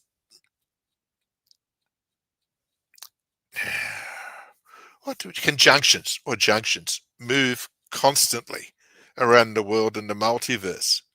If you could master that power in a positive way, and you can restructure nature with it, and yes, I do sound totally batshit crazy now, but we're purely talking theory. Imagine the healing you could do. Imagine the miracles you could create for people by readjusting the electronic structure of them, the electromagnetic structure of them. Oh God, they've both gone now. No, I think I'm on my own. no, we're just no, we're still here. Yeah, we're here. Just don't snore, please. I find it annoying. No. We're just giving you the spotlight here, George. I'm very lucky you've given me the spotlight. You came highly recommended. So I normally wasn't going to I'm talk still about a little this bit stuff tonight. I'm still a little confused. This is obviously you're talking really big stuff. The biggest. My biggest discovery. Yeah, It exactly. beats for a lot of them. And But- it's the one I started But making how do we when I get was to a the kid. big stuff when we can't even deal with the little stuff? Because of this. I've had people attempt to decipher my notes, attempt to decipher my graphs. I even published a set of 4 books with it all in there so they could try and do it. They make one trap. They try and do it in 3D. You can't. This is 2D. Not that one. Where are we? This is 2D. We just need a more exact mapping system to see where these things open up over time. Like, for instance, that one there is the 1896 North American airship thing. So, I'm trying to understand what you're saying. So, are these things that are they manifested by the intersections, or are they Yes, traveling from? They're opened by the intersections, and what happens is we have free-form matter. I'll continue for a moment. Okay, sorry, William, I'm getting there. I know I'm going to annoy people who did science at school. There are 4 states of matter. No, there aren't. No, there aren't. There are 3, you dickhead. Sorry, my apologies. 4. Solids. They do barely anything. They just sit there and occasionally they move a bit. Bose in the early 19th century, one of the greatest physicists, said they might be alive, and he referred to rocks and stones and things. Then we got liquids. Hey, they're excited, they're moving, yay! And that's a function of heat, remember. Then we got gas. Oh God, Sly's gone off to get a drink. Sorry, Sly. We got gas. And then we got, Greg, you win. Yep. We've got plasma. Yep.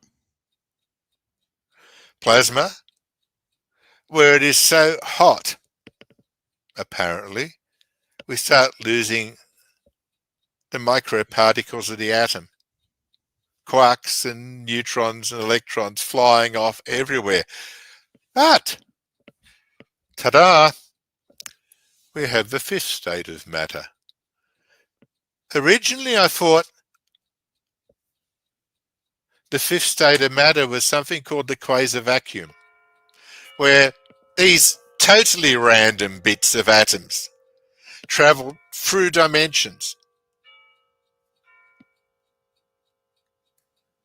That was But beautiful. it was heat. No witness can survive the heat. But I'll grab this little note I wrote, and bear with me, please get your quasar vacuum and physics textbooks out. I mentioned the Bose-Einstein condensate a couple of years ago as a possible solution to interdimensional travel due to its cold nature, as well as being a product of the harmonics of microwaves. I described it as electromagnetic harmonic resonance, and it explained and removed problems with using plasma state and the necessary heat needed to enter other dimensions.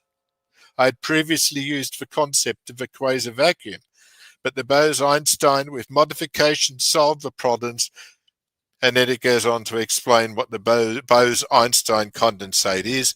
Look it up on Google. It's too hard to explain. Interesting. So we don't have heat involved anymore, though it produces heat, though it can produce conjunctivitis, though it can produce sunburns, though it can, and I believe, cause problems with later health from contactee cases, later health just from visions.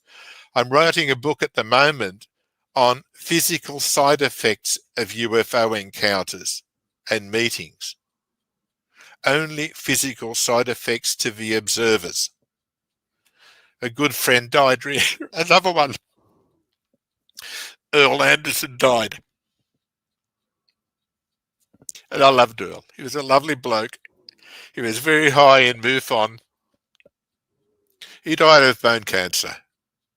So I decided I'm going to do research, because somewhere in my brain says there is a higher incidence of cancers with contactees. I've only done 480 pages of it yet. It'll probably be 700. I had to stop for a while, because I had to stop for a while. And now you've reawakened the interest to finish it. There are so many things that can be learned, so many things that can be done, so many things that can be taught. I know a lot of these concepts are difficult, but they're really simple. They're such simple concepts. But you have to reduce them to their simplest parts. Well, try to put it in a fourth grade context for everybody, because I'm sure some people are lost. Some people, I know people are lost. Get exactly what you're saying. I think I probably get it quite well, but I don't know what to do with your answer.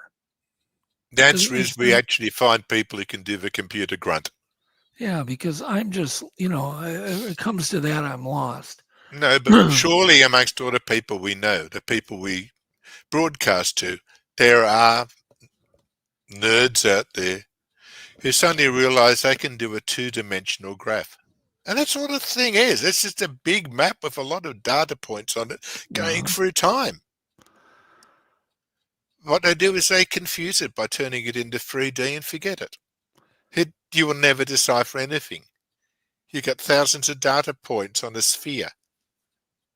Well, I'm going to ask you a question. I don't know if you've ever been asked. Do you mind? No, that's fine. I am boring and annoying. Left field. This is coming out of left field. Have you yourself ever had some kind of paranormal, non-normal situation, something you've seen, heard, felt? When I was 7, and I'd just finished reading Holtz's book on black magic, which was a big fat thing. Yeah. I don't know if you know it. It was a classic years ago. I was looking for love spells because I was lonely. And that night, I had a big set of French doors. I lived on a country homestead at a village called North Wagga in the middle of nowhere in New South Wales in Australia. And for some strange reason, I got up. I opened the French doors and the sky was ablaze. It was about 2 or 3 o'clock in the morning, and I wandered outside, and I met a funny-looking creature I can't describe walking up to me. What? And to me, it was like a demon, probably from what I read. Now I think it might have been a UFO occupant, or it could have been all of the above. Desmond Leslie wrote in the early 60s that there is a huge link between demonology and ufology. And people have linked that together since. I have to agree with that. I, in that case, had created or translated, is probably a better term, that image into something my 7-year-old brain could understand. But was it real? It might as well have been. Well, was it or not? Is it yes I don't or no? know. I was a 7-year-old kid walking around at night in Okay. the blazing Well, what do you sky. think? What conclusion have you come to? Was it real? In other words, My belief was as it real was as real you? because I refused to walk outside at night till I was in my mid-20s. Okay. It was real enough to scare the crap out of me. I'm in that boat now. Yes, and other little things, just seeing odd UFOs flying around, hearing odd noises in the forest. Once I thought I saw, but I was very tired. And sometimes they say the best sightings are when you're very tired because you're getting rid of your filtering. Yeah. And, excuse me. Sorry about that. Alexa's reminding me of something. No, it's fine. Well, Alexa can join us. I live with Alexa. Without Alexa, I don't know what it is. She I reminds use me it- to I take my use it blood, too. to I take use my it. blood, to check my phone when it's being charged. Remember to remind me of this interview. It's amazing technology. It's wonderful. It's amazing technology. And apart from Couscous, she's the only person I talk to. So that's Well, all right. let's get back to your. So this thing you see, and 7 years old. I mean, I think you're a 7-year-old's pretty damn smart. You've already learned 90% of everything you're going to learn in your whole life, probably at 7. So Yeah. was this thing? Have you concluded it was as real as you are? Yes. Okay. And I've rarely mentioned it to anyone in case anyone thinks I'm a bigger crackpot. No, it's than fine. people That's why I think. asked you that. But these days are different. It lets us all know where you're coming from. Yeah, but I only recently, in the last few years, had it come out of my subconscious where it was hidden. Okay. What did it look like?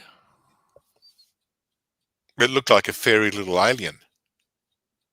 Skinny, little like a gray alien? No, it's pretty stocky, Okay. Stocky. chubby, Okay. furry, not a Wookiee.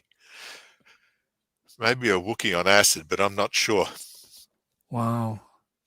It had big eyes, which is a common feature of most alien sightings of any alien creature, and had fur. Kind of like an Ewok?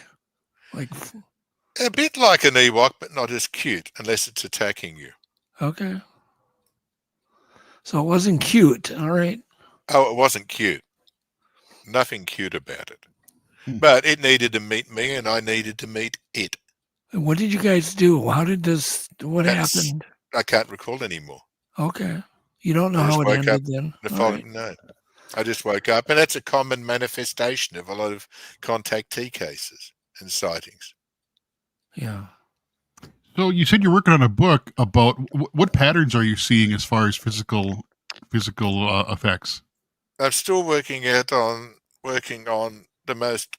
I have to finish downloading the data yet. I've only got up to 1970. I started in, I can't remember, 1869 or something. And just the incidence of different cancers amongst contactees, the incidence of clear conjunctivitis. Because to me, the proof is not the sighting, the proof is the physical effect. Mm-hmm. Because you can't fake a physical effect. Yet everyone can say whatever conjecture this is you saw. So if you got severe sunburn from a sighting, other than seeing shoe prints in the ground. I'm not including those. I'm including only things that happen to the observer, including anything found in them after the sightings. There are a few of them. It's one of the problems with research is you've got book.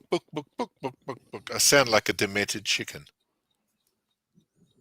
And this one borrows great hunks of this one and throws it back at this one and goes back to this one. And I've gone into books at times and counted the number of data points in them.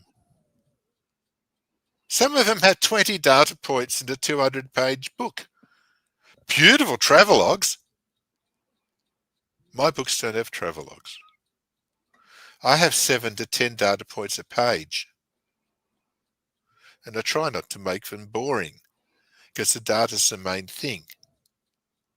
And I find a lot of people, how many sightings are there less than people think? Because people are recycling. And I just feel, and this is me feeling, that Earl got his cancer from his early abductee positions when he was a contactee. Because we are using, so many sightings have radiation involved. So once again, we go back to the original part of the graph, which is massive heat, massive energy being the main part of the phenomena. Do you think more researchers for everything, UFO researchers, Bigfoot researchers, should carry Geiger counters with them? Yes. Would that be a data point for you? That would be a data point for me because that is proof. Okay. Or a discernible proof based on our current conscious reality. If we refer back to the previous, I don't believe I am, therefore I might not be. But I can only work with what I am, or what I believe my perceptions have become a result of. So, is Bigfoot, in your mind, a flesh and blood animal that poops, eats, kills game? Creates big scats, eats deer, eats vegetables. Yeah. Some people state he can now talk to them. Yeah. I'd like to see more proof. Yeah. But why not? I talk to my cat. But on the same token, in other words, what am I trying to get at here? Is Bigfoot as real as the big ragu there? Is it? Yeah. It's just. I'm sure that the big ragu poops. Are we all in the same boat? But why do people? Why is it so elusive versus humans? Because people have been hunting him for him or her. There's no gender difference. There's no him or it that I know of in Bigfoot society, so we can only stick to him or her. And lots of hims and hers have been seen. But do you also think some Bigfoots are supernatural or have the ability to travel interdimensionally, become metaphysical? Yes, that's the Wendigo theory, Okay. unless you regard the supernatural part as being the UFO sightings of hairy hominoids coming out of UFOs. So basically, all these damn researchers are all correct. Yes. Okay, there's multiple answers. Okay, all right. They're all correct. And the only one we can't ask is, one of the little mysteries of every man and his dog is out in the forest and every man and his dog has been hunting and killing squirrels since they were knee-high with their pappy, and they're out in the bush and the forest and they got their gun and they're just going to get them or whatever they come across. I have 6 reports of Bigfoot being shot. Yeah, every man and his dog's out in the bush trying to kill them. And reports of them being hit by cars. Yeah, a few of them, but they're not many. And I've got reports from Point Isabel in Ohio. I think it was late 60s, early 70s, where people shot Bigfoot on several occasions, and it blew up. Oh, I haven't heard that before. Yeah, just Point Isabel. Isabel. Like, you see that big red thing on the shelf behind me? Yep. I read that, was it last year or the year before? 7,000 pages, 22 chapters. along with writing other books. Because I write books while I'm writing books, but I get bored with writing the big books. Oh my and I God! write a small book of 400 or 500 pages. I think, and Jeff, that is, we've met the ultimate ADHD guy. Yeah, He's the the ultimate. ultimate. That set of books took me 4 months. And Wow. 7,000 pages starting in 1600, finishing in 1999. As I said, all in chronological order. And it's the history of strange phenomena. It's got Bigfoot, it's got UFOs, it's got everybody in there. interesting. I've actually sold a set of them. I saw it once, I thought, wow, he's a glutton for punishment. 7,000 pages is a lot of pages. Well, I have a feeling that you write not to sell them necessarily, but to just get the words in the world, in the record of the world. I'd like to sell them. History. I'd like to make some money out of them. I mean, my research books, some of them are $300 to $500 each. Some of them take me 5 years to get. Thor Heyerdahl's, what is it? Indians? No, that's a Maori author from American Indians in the Pacific. Thor Heyerdahl wrote it in 1951, I think. 300 pages. Took me 5 years to get a copy of it. I finally found it in South Africa because no one would ship it from the United States to Australia. Why? I've got no idea, but no shipping. I finally found someone in South Africa. I paid him the $300 Australian for it. And I thought, it'll probably get stolen at the post office in South Africa, but I'll take the risk. It is an important book on east to west transoceanic diffusion of cultures across the Pacific. It is probably one of the most important books on there. And I had to have it because I have every one of his books. Wow. How many do you write? I didn't realize he using it. 10. Okay. I'd love to be an explorer like him, but I can't swim, yeah. which oddly enough, he couldn't swim. Oh, I didn't know that. He tested theories. Yeah. And I've got other explorers who just go around the world building boats and building rafts and building things and sailing. Because what people don't realize, or it's not taught to them, is the seas are highways to the ancient, so are lakes, so are rivers. Why travel overland? What sort of freight are you going to put on a donkey? You put 50 ton on a raft. The Spaniards met South American rafts with cargoes of 50 ton or more sailing along the coast. The Romans had ships of up to 350 ton. They had grain carriers that ran even larger to travel from Egypt to Rome. Yeah. Egypt hauled huge blocks, stone blocks. This is a whole nother show, Jeff. This is a whole nother show. Trust me, we can get you back for any kind of show you want to do. I'd like to do that. Yeah, we should. I would really piss off a lot of people because of my view on the pyramids. Oh, I would love to talk to you again after Abu Simbel. Bonus shows.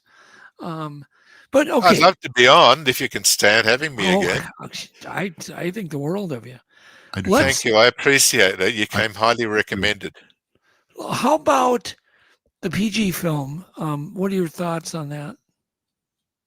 What Patterson PG Gimlin film? The Patterson Gimlin film from 1964. 67 or 64? No, 67. Anyway, October 20th, 1967. I like it. Yeah. I don't think it's fake. No, I don't either. The muscle anatomy is too good. If you look at the shortness of the hair on the thighs, things like that. Yeah. I've got 3 diplomas in anatomy and physiology. Because I've decided to get them. And can't remember most of it now. But it's come in handy. I'm also a qualified Bowen therapist, but that's another totally different thing.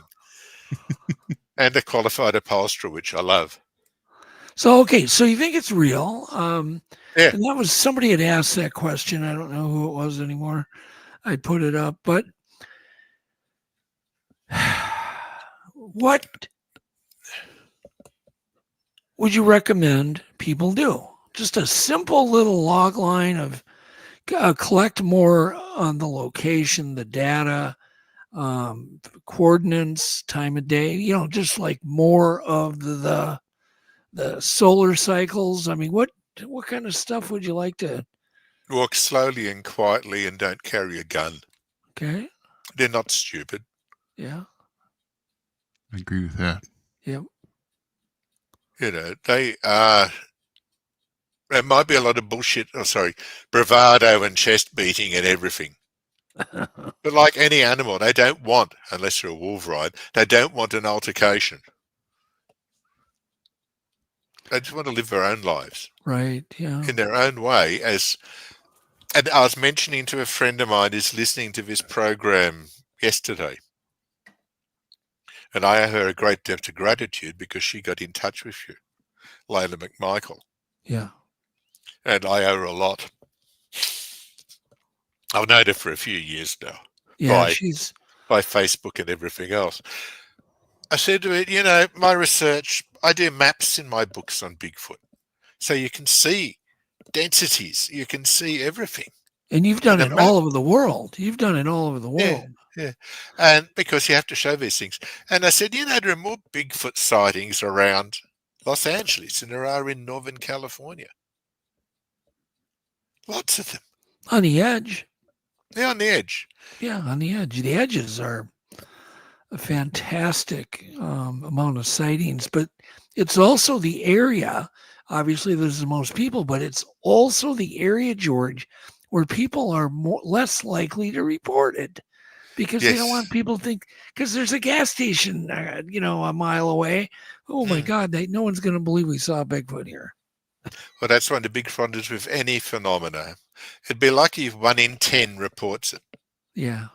That's why you look at broad masses of data. Yeah. So you can work out, even from those 1 in 10s, there's still patterning. There's still formation. There's still a way of identifying areas that are more popular, unpopular, because the statistics will still come from the smaller sample, though we would prefer larger samples. But I think as we start taking the mystique and the personal fear away, we're going to be able to get more information. It's like years ago, you'd hear, Clem just came out of the backwoods and he came, there's a big hairy man down the holler. And I'm sorry about my accent. I don't do a very good American accent at all. And everyone says, Clem, you're pissed again. You're drinking too much moonshine. Who's to say Clem had reached that state of being able to see things? And shooting and killing Bigfoot, William, it's a great question. As I said, I've only ever met or read 6 sightings, one really big one from Canada in 1947, a couple from Russia and Siberia. They are rare. And the common theme of the people who did it, they were really sad and worried they'd go to jail for killing another person. David asked a question, from your decades of research, which region would you say represents the most credible concentration of Sasquatch activity? Well, most of my work is centered on the United States, or North America, so I'll have to stay North American centric. And that is the West Coast, starting at Los Angeles and heading up and continuing into British Columbia. Then we start thinning out once we go east of Nevada. And it's the same, oddly enough, as the 401 Lost Peoples map. They must have copied my map, because in the extreme desert areas and the midland areas, much less, occasional, much less, and then they grow again by the time they hit the coast and the main rivers to the east. Oddly enough, there's so many sightings in Maryland, so many names for, I think every village in Maryland is a different name. Yeah, there's a lot. I was talking to somebody, Mike the names Lucci. are amazing. Mike Lucci wrote the book on Maryland Bigfoot, didn't he? No, Mike's on our network, and Different Italian name. yeah, he literally here. I'm going to pull up his text. I just got it today. He was talking about Maryland, and he mentioned a monster he's going to research, but there's so many there. They had these So many little different names regional, and so many monsters. yeah, they had these little regional names. This one is called, I got his thing here. The Winstead Wildman. What a wonderful name. Yeah. And that's the way of the East Coast. All these little hamlets and porklets, as they call them, because they're smaller than a hamlet, has its own name for its local hairy hominid. I got a question for you. Continue right down to Florida. I got a question, George. I've got so many questions, millions of them. We could never get them all answered tonight. Talk all night, yeah. But why do you think Bigfoots are seen so often by the water, and also UFOs? Water is there's always this key of water. The water is sacred and precious. It's what we drink. Yeah. So Bigfoot need to drink. Yeah. Lots of UFO reports, even in the 19th century, where a UFO would land during the great 1896, 1897 airship flap and want a bucket of water. Yeah, I remember Excuse me? There are quite a few like that, but this is what is reported. All we can do is work on the reports and not censor them. I'll tell you a story. I'm not going to say what town, but I happen to be living in it. But there was a UFO sighted over the water tower by a paper delivery guy. Huge UFO over the water tower. Well, guess what happened the next day? We had no water. Yeah. Serious. Oh, wow. And they blamed it on a water pump going out. I know damn well it wasn't the water pump because the water kept running but it kept getting lower and lower and lower, and eventually that tower was drained. So a lot of water was taken out of the tower that night, and it was just fascinating, and all of the theories that people were coming up with. But that UFO, I have a feeling, took a lot of water on. Wow. I'd have to agree with you there. It's not not an uncommon report. No, and it's not uncommon for them to come in and out of the sea, to come in and out of big reservoirs. What a hiding place. There are some in New York State that they come out of that, might as well just put a mailbox on the shore for them. Well, I've witnessed two UFOs, one going into the water, a big one, and one very small one, about the size of a basketball, come out of the water and go right up to the clouds, a black orb, and I did film it. So obviously a great hiding place. Well, it is great. And also they can fill up at the same time. I mean, I'm puzzled by, if you look at Google Earth, just off Los Angeles, there's a big rectangular subsea surface thing. Some people say that's where they go. Or should I use the deep in the surrounds of the ocean, where people dare not go? They're amazing structures. Are these the homes of UFOs and aliens? Join me in next week's exciting episode, where I also discuss my new recipes for scones. I think we have a wonderful, discovered our new narrative. Planet. We have a wonderful planet. We have a wonderful multiverse. Stick to the positive side of it, or the negative side will kill you. Oh, there you go. That's really good advice. Kill you from the inside. It is wonderful. And why do you think we have so many? Do you think positive can't exist without the negative? No, they balance each other, but it depends what you do with it. Well, you know how Sometimes cold can't exist without warm and so on. They're just statuses. And also, good and bad is still pretty arbitrary. If I got a gun and I'm out there killing people who are trying to kill my family, am I doing a good or a bad thing? It's beyond me. I leave it to the philosophers. But I know I would still do it. That's a great way to live your life. And everything, all your choices, are you going to hurt people or help people? Simple. You I'd rather filter help everything people. you do that way. If you're just going to be an arsehole and just hurt people for hurting's sake, well, I don't care if you fall in front of the next bus. Yeah. I'm just upset for the bus driver. But I suppose some people they're all arseholes. I don't like them.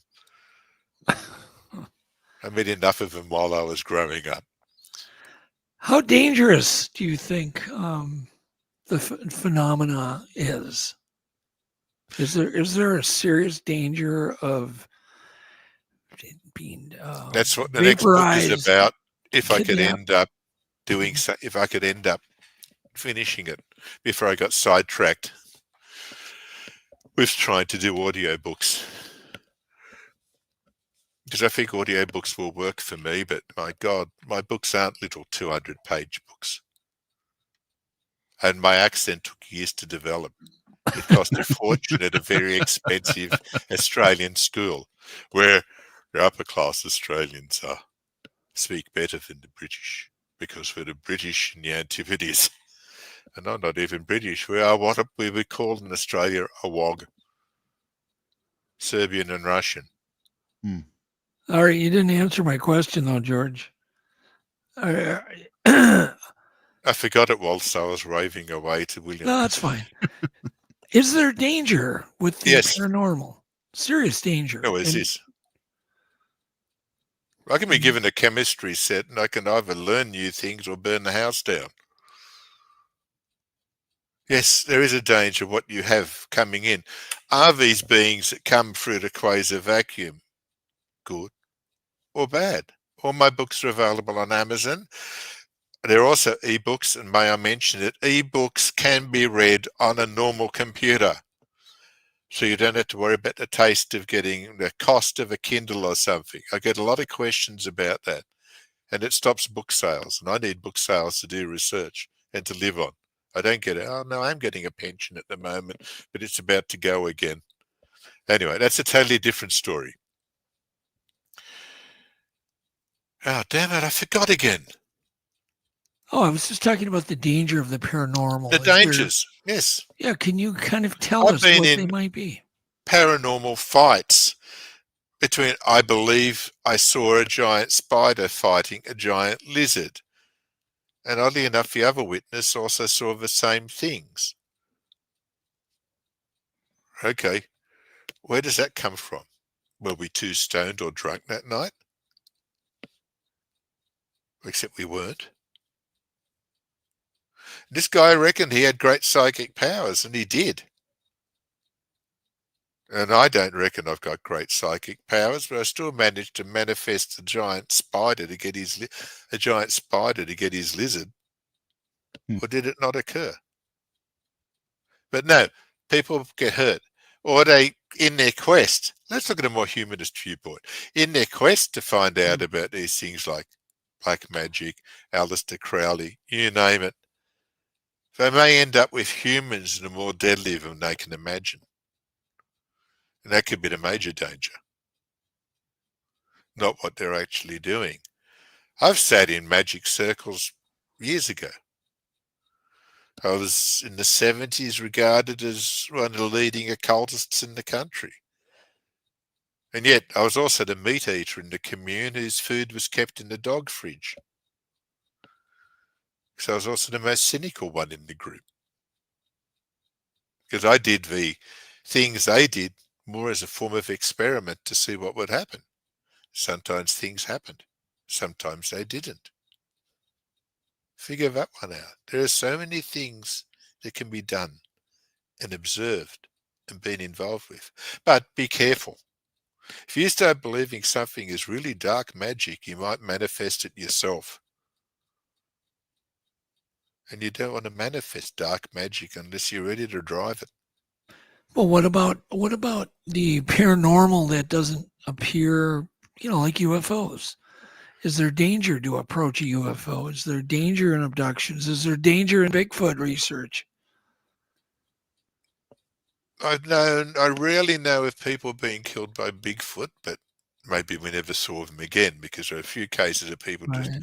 off into the woods and goodbye. Yeah. Contactee cases where we have probes, where we have people who are suffering extreme depression for years afterwards, psychological problems, physical problems, long-term cancers, where they suddenly triggered by the radiation or other energy source from the UFO. Everything has a flip-flop effect to it. You might be able to walk through the valley of death and fear no evil and nothing happens. And somebody else might never get it through the door. And why do you think some people see nothing weird in their whole life? They go their whole life, nothing ever Because happens. they're lucky. Or is it that they just don't talk about it? I don't know. A lot of cases they might not talk about, and B, they might not recognize it if they fell over it. Yeah. See, Jeff, okay, here's a case right here, right in front of you. Jeff has had not one paranormal experience, not one. And I've had, oh my God, I don't even want to know. I don't know what's different, but yet me and Jeff are like two peas in a pod. We have everything in common. You work together. Yeah, we work together. We just, everything he's interested in, I'm interested in. That's how we met, through coincidences. But yet he is complete they're powerful opposite things. on the paranormal spectrum. Correct, Jeff? Yeah. Yeah. The connection, as an aside, the connections that Doug and I discovered from each other is remarkable. We could almost do a show on that, and on just all the weird connections we've got. But yeah. But he is completely blank when it comes to any UFO experiences. Not one. It isn't like he says, "Oh, I had an experience when I was 5" or anything. Nothing. No, nothing that I couldn't explain. Right. Well, most of the time they're dots in the sky, so you're not really missing anything. Yeah. Now, mind I you, would that's love going to to piss off UFO people. I would love to see a Bigfoot, man. I mean, I'm I don't like using the word believer. I mean, but I think they're real, and I'd love to see one. I really hope I do. That's one thing you never read about. With all these hunters chasing them, there isn't one with one hanging on the barn wall. Yeah. Like well, they're smart. Trophy. I mean, they're smart, and they've been competing with humans for a long, long, long time. They know how to avoid us, I think. Yeah, well, I think that can explain it. Sure. I think that can explain it. They may have some superpowers, just like an electric eel has superpowers, or, I mean, a lot of animals have very specialized thing, and a lot of humans do. Mm-hmm. I mean, there's some humans that are built like, oh crap, and they could take you down in a second. Yeah. And other humans are skinny and weak. We're all different. We all have our skills. Yeah, we all have our skills. David asks a question. Do UFO sightings tend to follow geographic, geophysical patterns such as fault lines, military bases, ancient sacred sites, ley lines, whatever, magnetic anomalies? This is where the geodesic people get into trouble with me. Well, no, I get into trouble with them. Yes and no. Yes and no. Sometimes they're over them, but if you're expecting these old ley lines to fire up, well, sorry. That's just another old highway that's day has gone from a concept developed in the 1920s. Well, what are your thoughts on this disclosure stuff that's going on, and some of the weird statements that, like, the U.S. Pentagon is stating here and there, and like, oh my God, they had Trump's science advisor come out and go, this was like 3 weeks ago, and go, we've been able to obliterate distance and time, and I'm like, what? Where the hell did that come from? We can do that with my wormholes. I don't know why he uses that as an answer. But did he have his coloring book with him? Oh, sorry. Well, I'm trying to say, where do you think this is all going with disclosure? Because obviously they know a lot more about the paranormal and all these weird things that we don't know much about.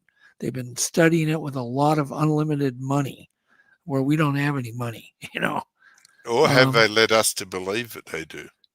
Or, yeah. It's a lot cheaper. What we hearing Equally as effective. Is what we're getting propaganda, do you think? Or do you think we're getting more of the truth? What's going on? Well, so far the only real apparent proof I've seen, apparent proof, is for Tic Tac. And, you've seen it once or 50 times. It's sort of, okay. Who cares? It goes fast. It's shaped like a Tic Tac. We're not going to create a great saga out of it. It's nothing interesting. It's not something, landing on Mount Rushmore and Orthon from Venus comes out to sing Kumbaya. Or are they obfuscating? Okay. Governments work on obfuscation, which is a wonderful word. Explain. Clouding what they're saying. Misdirection. No, just clouding it and obfuscating. You'll have to look it up on Google. It's a beautiful word. Yeah. Politicians are masters at it. Yeah. They can appear to say lots of things and nothing is actually told in the entire thing. Yeah. So you're not expecting anything profound in the next 5 years? Really. Okay. I just wondered. I'm fishing, George. Fishing. And I don't know.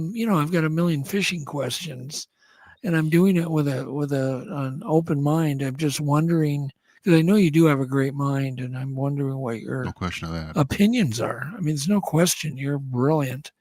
And I always wonder, what does somebody with your brilliance and your research think about some of these things that just happen on a daily basis, that seem shocking to some people. Other people are just like, they're not saying anything I didn't know 30 years ago, right? And so I agree with you. It's like what? UFOs real? Well, we all know that. Most of us do already. We don't need them to tell us they're real. Are they real? But how do we confirm them? And what does real even mean? Now we go back to the beginning again, but that's for a Pascalian thing. We've got to stick to the reality we know within the parameters of our reality. At the moment, if I hit my head with my hand, I can believe I feel it. So I'll stick to that reality. I hear you. Yeah, and I used to think I knew reality a lot better than when something happened to me in a vet. We were driving south on a road, beautiful night, full moon, and we see something up in the sky that drops like a spider straight down right above the highway, and it heads right for our car. And as it gets closer, we can see it's like a man or a humanoid with wings, like bat wings. And the wings are as wide as the freeway, and it heads right for our windshield. And it just, she ducks, and I finally have to duck too because it's coming right for my head. And it'll sweep your windscreen and then go. And it just, went over. In other words, there was really nothing happened, but that was you were nowhere near Point Pleasant? Yeah, no, we were in Minnesota. But it was life-changing. It was a moment like that was very humbling. It's like the time I was being driven back from Sydney to Wagga. And I could swear I saw a pterodactyl or a large winged creature hanging from a street lamp in the middle of nowhere. And to this day, I can still see it. And? Whether it was a pterodactyl or whether it was a winged hominoid, I don't know. Wow. Okay. So you saw something giant with wings. Hanging from a street light in the middle of nowhere. Upside down? Yeah. It's the only way to hang. Well, yeah, I guess. Sorry. And, I come from a country where you can still get bats with wingspans of 4.5 feet. Yeah, they have fruit bats that are pretty. But it wasn't one of them. They're cute, but they stink. like Bigfoot. So this was huge. Oh, wow. So you've had a winged something or other sighting too. Yeah, I like winged something or other sightings, but oddly enough, there aren't that many around to make a book out of. No, I've you're read books right. by people who said, we've seen lots and lots, and you boil them down, they've all recycled the same sightings and the things about that thin, because I've got it in here somewhere. And I thought, yeah, there's nothing in here. Well, if you think people don't want to report Bigfoot, oh my God, you should see how you don't want to report it, a winged humanoid flying at you, because people for sure are going to think you're nuts. But I kept it to myself forever. We didn't say anything to anybody. And then one day I was talking to Lon Strickler, and I just told Lon the whole damn thing. And I then I'm hope like, he's feeling better now. It's been very crook lately. yeah, He's been so, very ill. pardon? Are they gargoyles? Yeah. Where did that Once legend again. come from? Desmond Leslie again.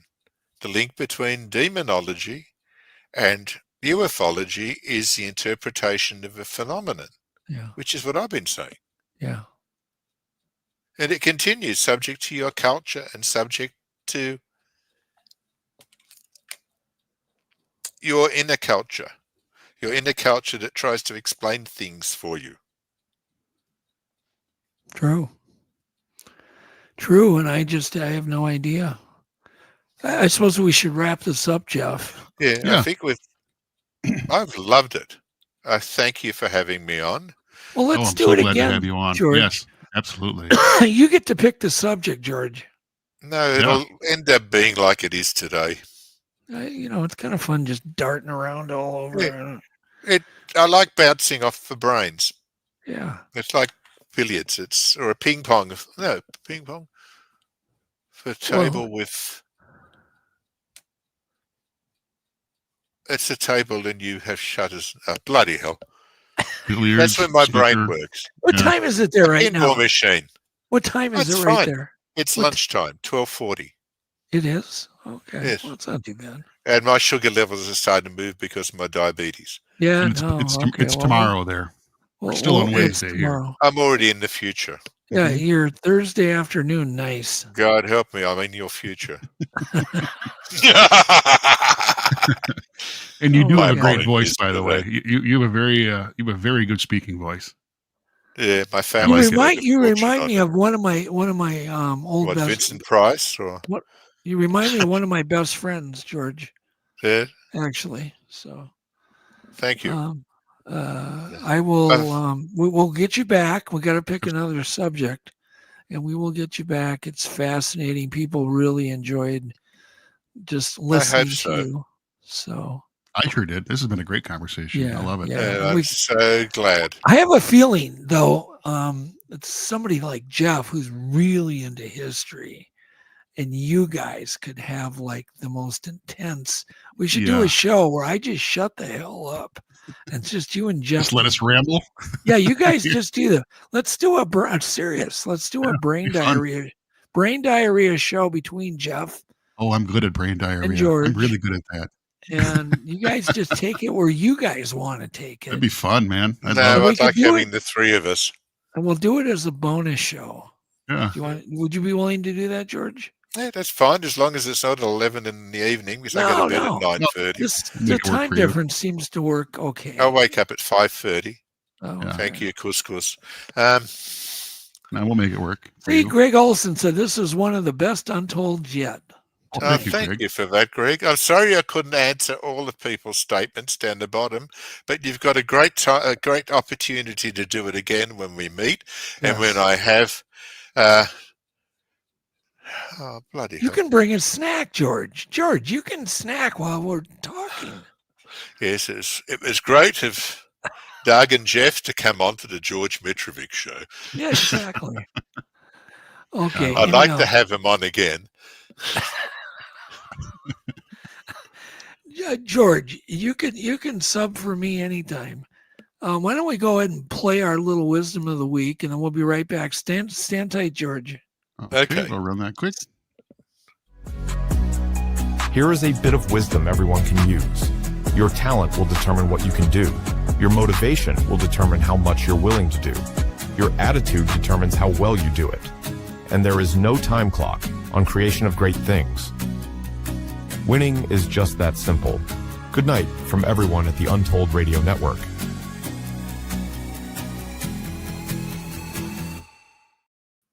That's great. All right, we are back. And that's so true.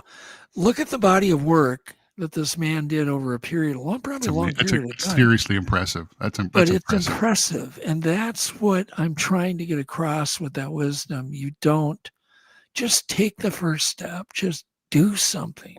Yeah. Do something you've always wanted to do. There's nothing holding you back, do it in steps. So with that, we will be back next week. Mm-hmm. Same time, same channel. Thank you so much, George. You're just a delight.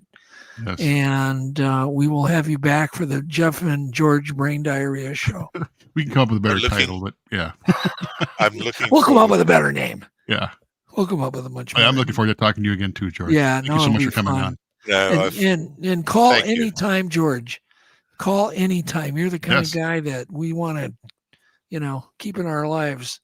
Yeah, all right? for sure. Absolutely. All right. And thanks everybody in our chat. Thank you. I hope everyone enjoyed it. Yeah, we had a great time. Thanks everybody.